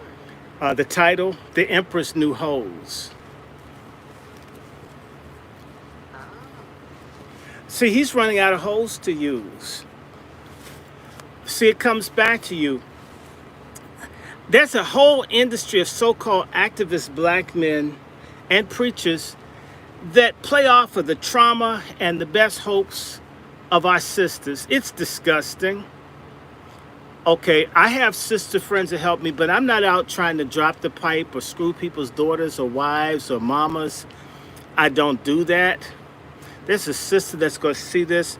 They sent me this very nice gift, but I just talk to them. I don't constantly call them and say, give me money, I need money, I need white people. I'm tired. I mean, look, since he likes Africa so much, he should go the fuck back there. And there are lots of beggars in the street in Africa. He'll be in good company, right? It's time. You've been collecting people's money in the tens of thousands, if not hundreds of thousands, for years. And we don't see much. And he's not alone. Why isn't there a movement? You know, it's not hard to do these things. It doesn't take a lot of money. A lot of people like us to be fucked up just like we are. Same way there are people that know that you got all this talent, Jag, and they don't mind talking to you, but they're never going to do anything to see you be bigger than them. oh God, Okay, no. there are God, people no. that know me. They'll copy or do, but they won't do that. And I'm not asking them. So people ask me certain questions. What you ask them why they didn't do it. I didn't ask them. If you see me on someone's platform, they asked me. to do it. I didn't beg to be in anyone's film, anyone's documentary. If you want me, I'm coming. If you don't want me, I don't come. Okay. Two Because I hands. think we have just a couple more minutes left. We have a few more questions. Who's Yes. next? Aja. Good afternoon, Natasha. How are you? Hi. Nice to Well, how meet are you. you, Aja? Yes, Nice to good. meet you as well. I just wanted to say that I followed you for a very long time, and I really thank you for speaking up about the industry. Um, I'm a veteran, and I served 14 years, so I am a Thank you for your military. service. Thank you. And I was sexually assaulted in the military. Jesus. And so when you talk about, before that, before I joined the military, I tried to break into the modeling industry, which is just the same. I did the New York thing, and guess what? I came across James E, Puff Daddy, and Russell Simmons, but the Spirit of God told me to stay away from them. So I decided to come back home, finish up school. 9/11 happened, and I joined the military right afterwards. Deployed, but one of the hard things was I got sexually assaulted, and I was told to shut up and color. They did move the person out of my unit, but it bottled up for so many years where Dr. Short and Latoya and others really prayed because I was fighting for my VA benefits for a whole entire year, and they finally gave it to me this last year. Even though I was Praise God. diagnosed with PTSD and severe depression, but there's a lot of women out there that actually get raped. I don't know. I also ran for Congress 3 times, but I've seen the same issues in the political industry. Yep. They told me if I do this or say this, or I've seen people creeping in other people's rooms, I'm like, your wife is back home or your husband is back home. So the industries are pretty much aligned and the same, military as well, and politics. Absolutely. and modeling. It's the same machine. It's It's the same protocol. Yes, because if you don't do what they say, you will never move up. And that's why I said I never won congressional seat, because I refused to do what they said. And it's the same thing in the university. If you don't screw certain people, you don't get this or that. Same thing in church. I was telling Jag, I could be making 6 figures doing what Jamal Bryant does. All I have to do is start doing gay marriages and support abortion. And I told the man I wouldn't support gay marriage as a pastor if I had a redwood tree growing up my ass. And I most certainly don't have a redwood tree growing up my ass. So I can't do that. And I was told I was hard-headed. And I'm thinking, what does marrying 2 men have to do with serving God? And they told me if I didn't know, I wasn't going to find out. So, a lot of us financially, I guess you've lost $250 million. We're small potatoes compared to you, but I would probably say for not selling out, it's probably cost me $3 or $4 million. I would have Probably cost you more than that. I would have been retired off the military with a higher rank, but I just got tired of it. And then I ran for politics. If I had did what they told me to do, I will be a congressional member right now. But I refused to. The second that they realized that you weren't going to play ball, they Correct. sit you down. They shut you down. That's what they do. It was the same thing with me in the industry. I was on track to be one of the biggest and one of the most brightest and one of the most high. Everything turned all the way up except one thing. I wasn't going to be quiet about what I saw happening, and I wasn't going to continue to keep helping them make money to keep harming people. Yes. Jag, it's not over for you, Jag. When Cam Husty, the guy who I had talked to Odell, who's the copyright and intellectual lawyer, when he asked me to explain to him who Jaguar Wright is, I said Jaguar Wright to my generation is what Aretha Franklin was when she was on Columbia. She simply hasn't gotten to Atlantic. You'll know who she, the minute she breaks, everybody knows she just Aretha had been out there. Think about it. She was recording since 1956. When she left Columbia in 66, when they paid the equivalent of literally $750,000 to buy her out from Atlantic, she had been recording for 10 years and people knew damn well who Aretha was. And Aretha played the game and still didn't get it. But once she got to a place where she blew up, you don't need Clive, and that's why you'll be bigger than. Now, here's what I want to say to people, because there are two more people. I'm going to have to eventually leave because I want to see the woman that talks about the devil's sperm. And but I don't want you guys to leave, so I can leave this on for the Zoom. For the people that are eavesdropping on the platforms, all of you guys, this is a free teaser. I'm not going to do this shit again. Y'all got to pay for this. Jag is worth it. This is like a concert. So I want y'all to know Jag and I are going to do these things, but it's not going to be up on my channels. This is the one time you get this treat. And from here on out, we'll have it advertised better. You're going to have to go to the Zoom and do that. But I want y'all to know it's on. And so, but you guys can keep going on Zoom. I won't shut my Zoom thing off. I'll leave it on. But then again, you guys don't need me because it's your Zoom. No. I can't shut it off. You guys can continue. Nicole and Lady Angel, I mean, if y'all just want to speak to Jag, I can go ahead and get my Uber because I want to hear about the devil's sperm. I wonder if it's red. Okay. But thank you so much. I have to log off too, and I really appreciate that.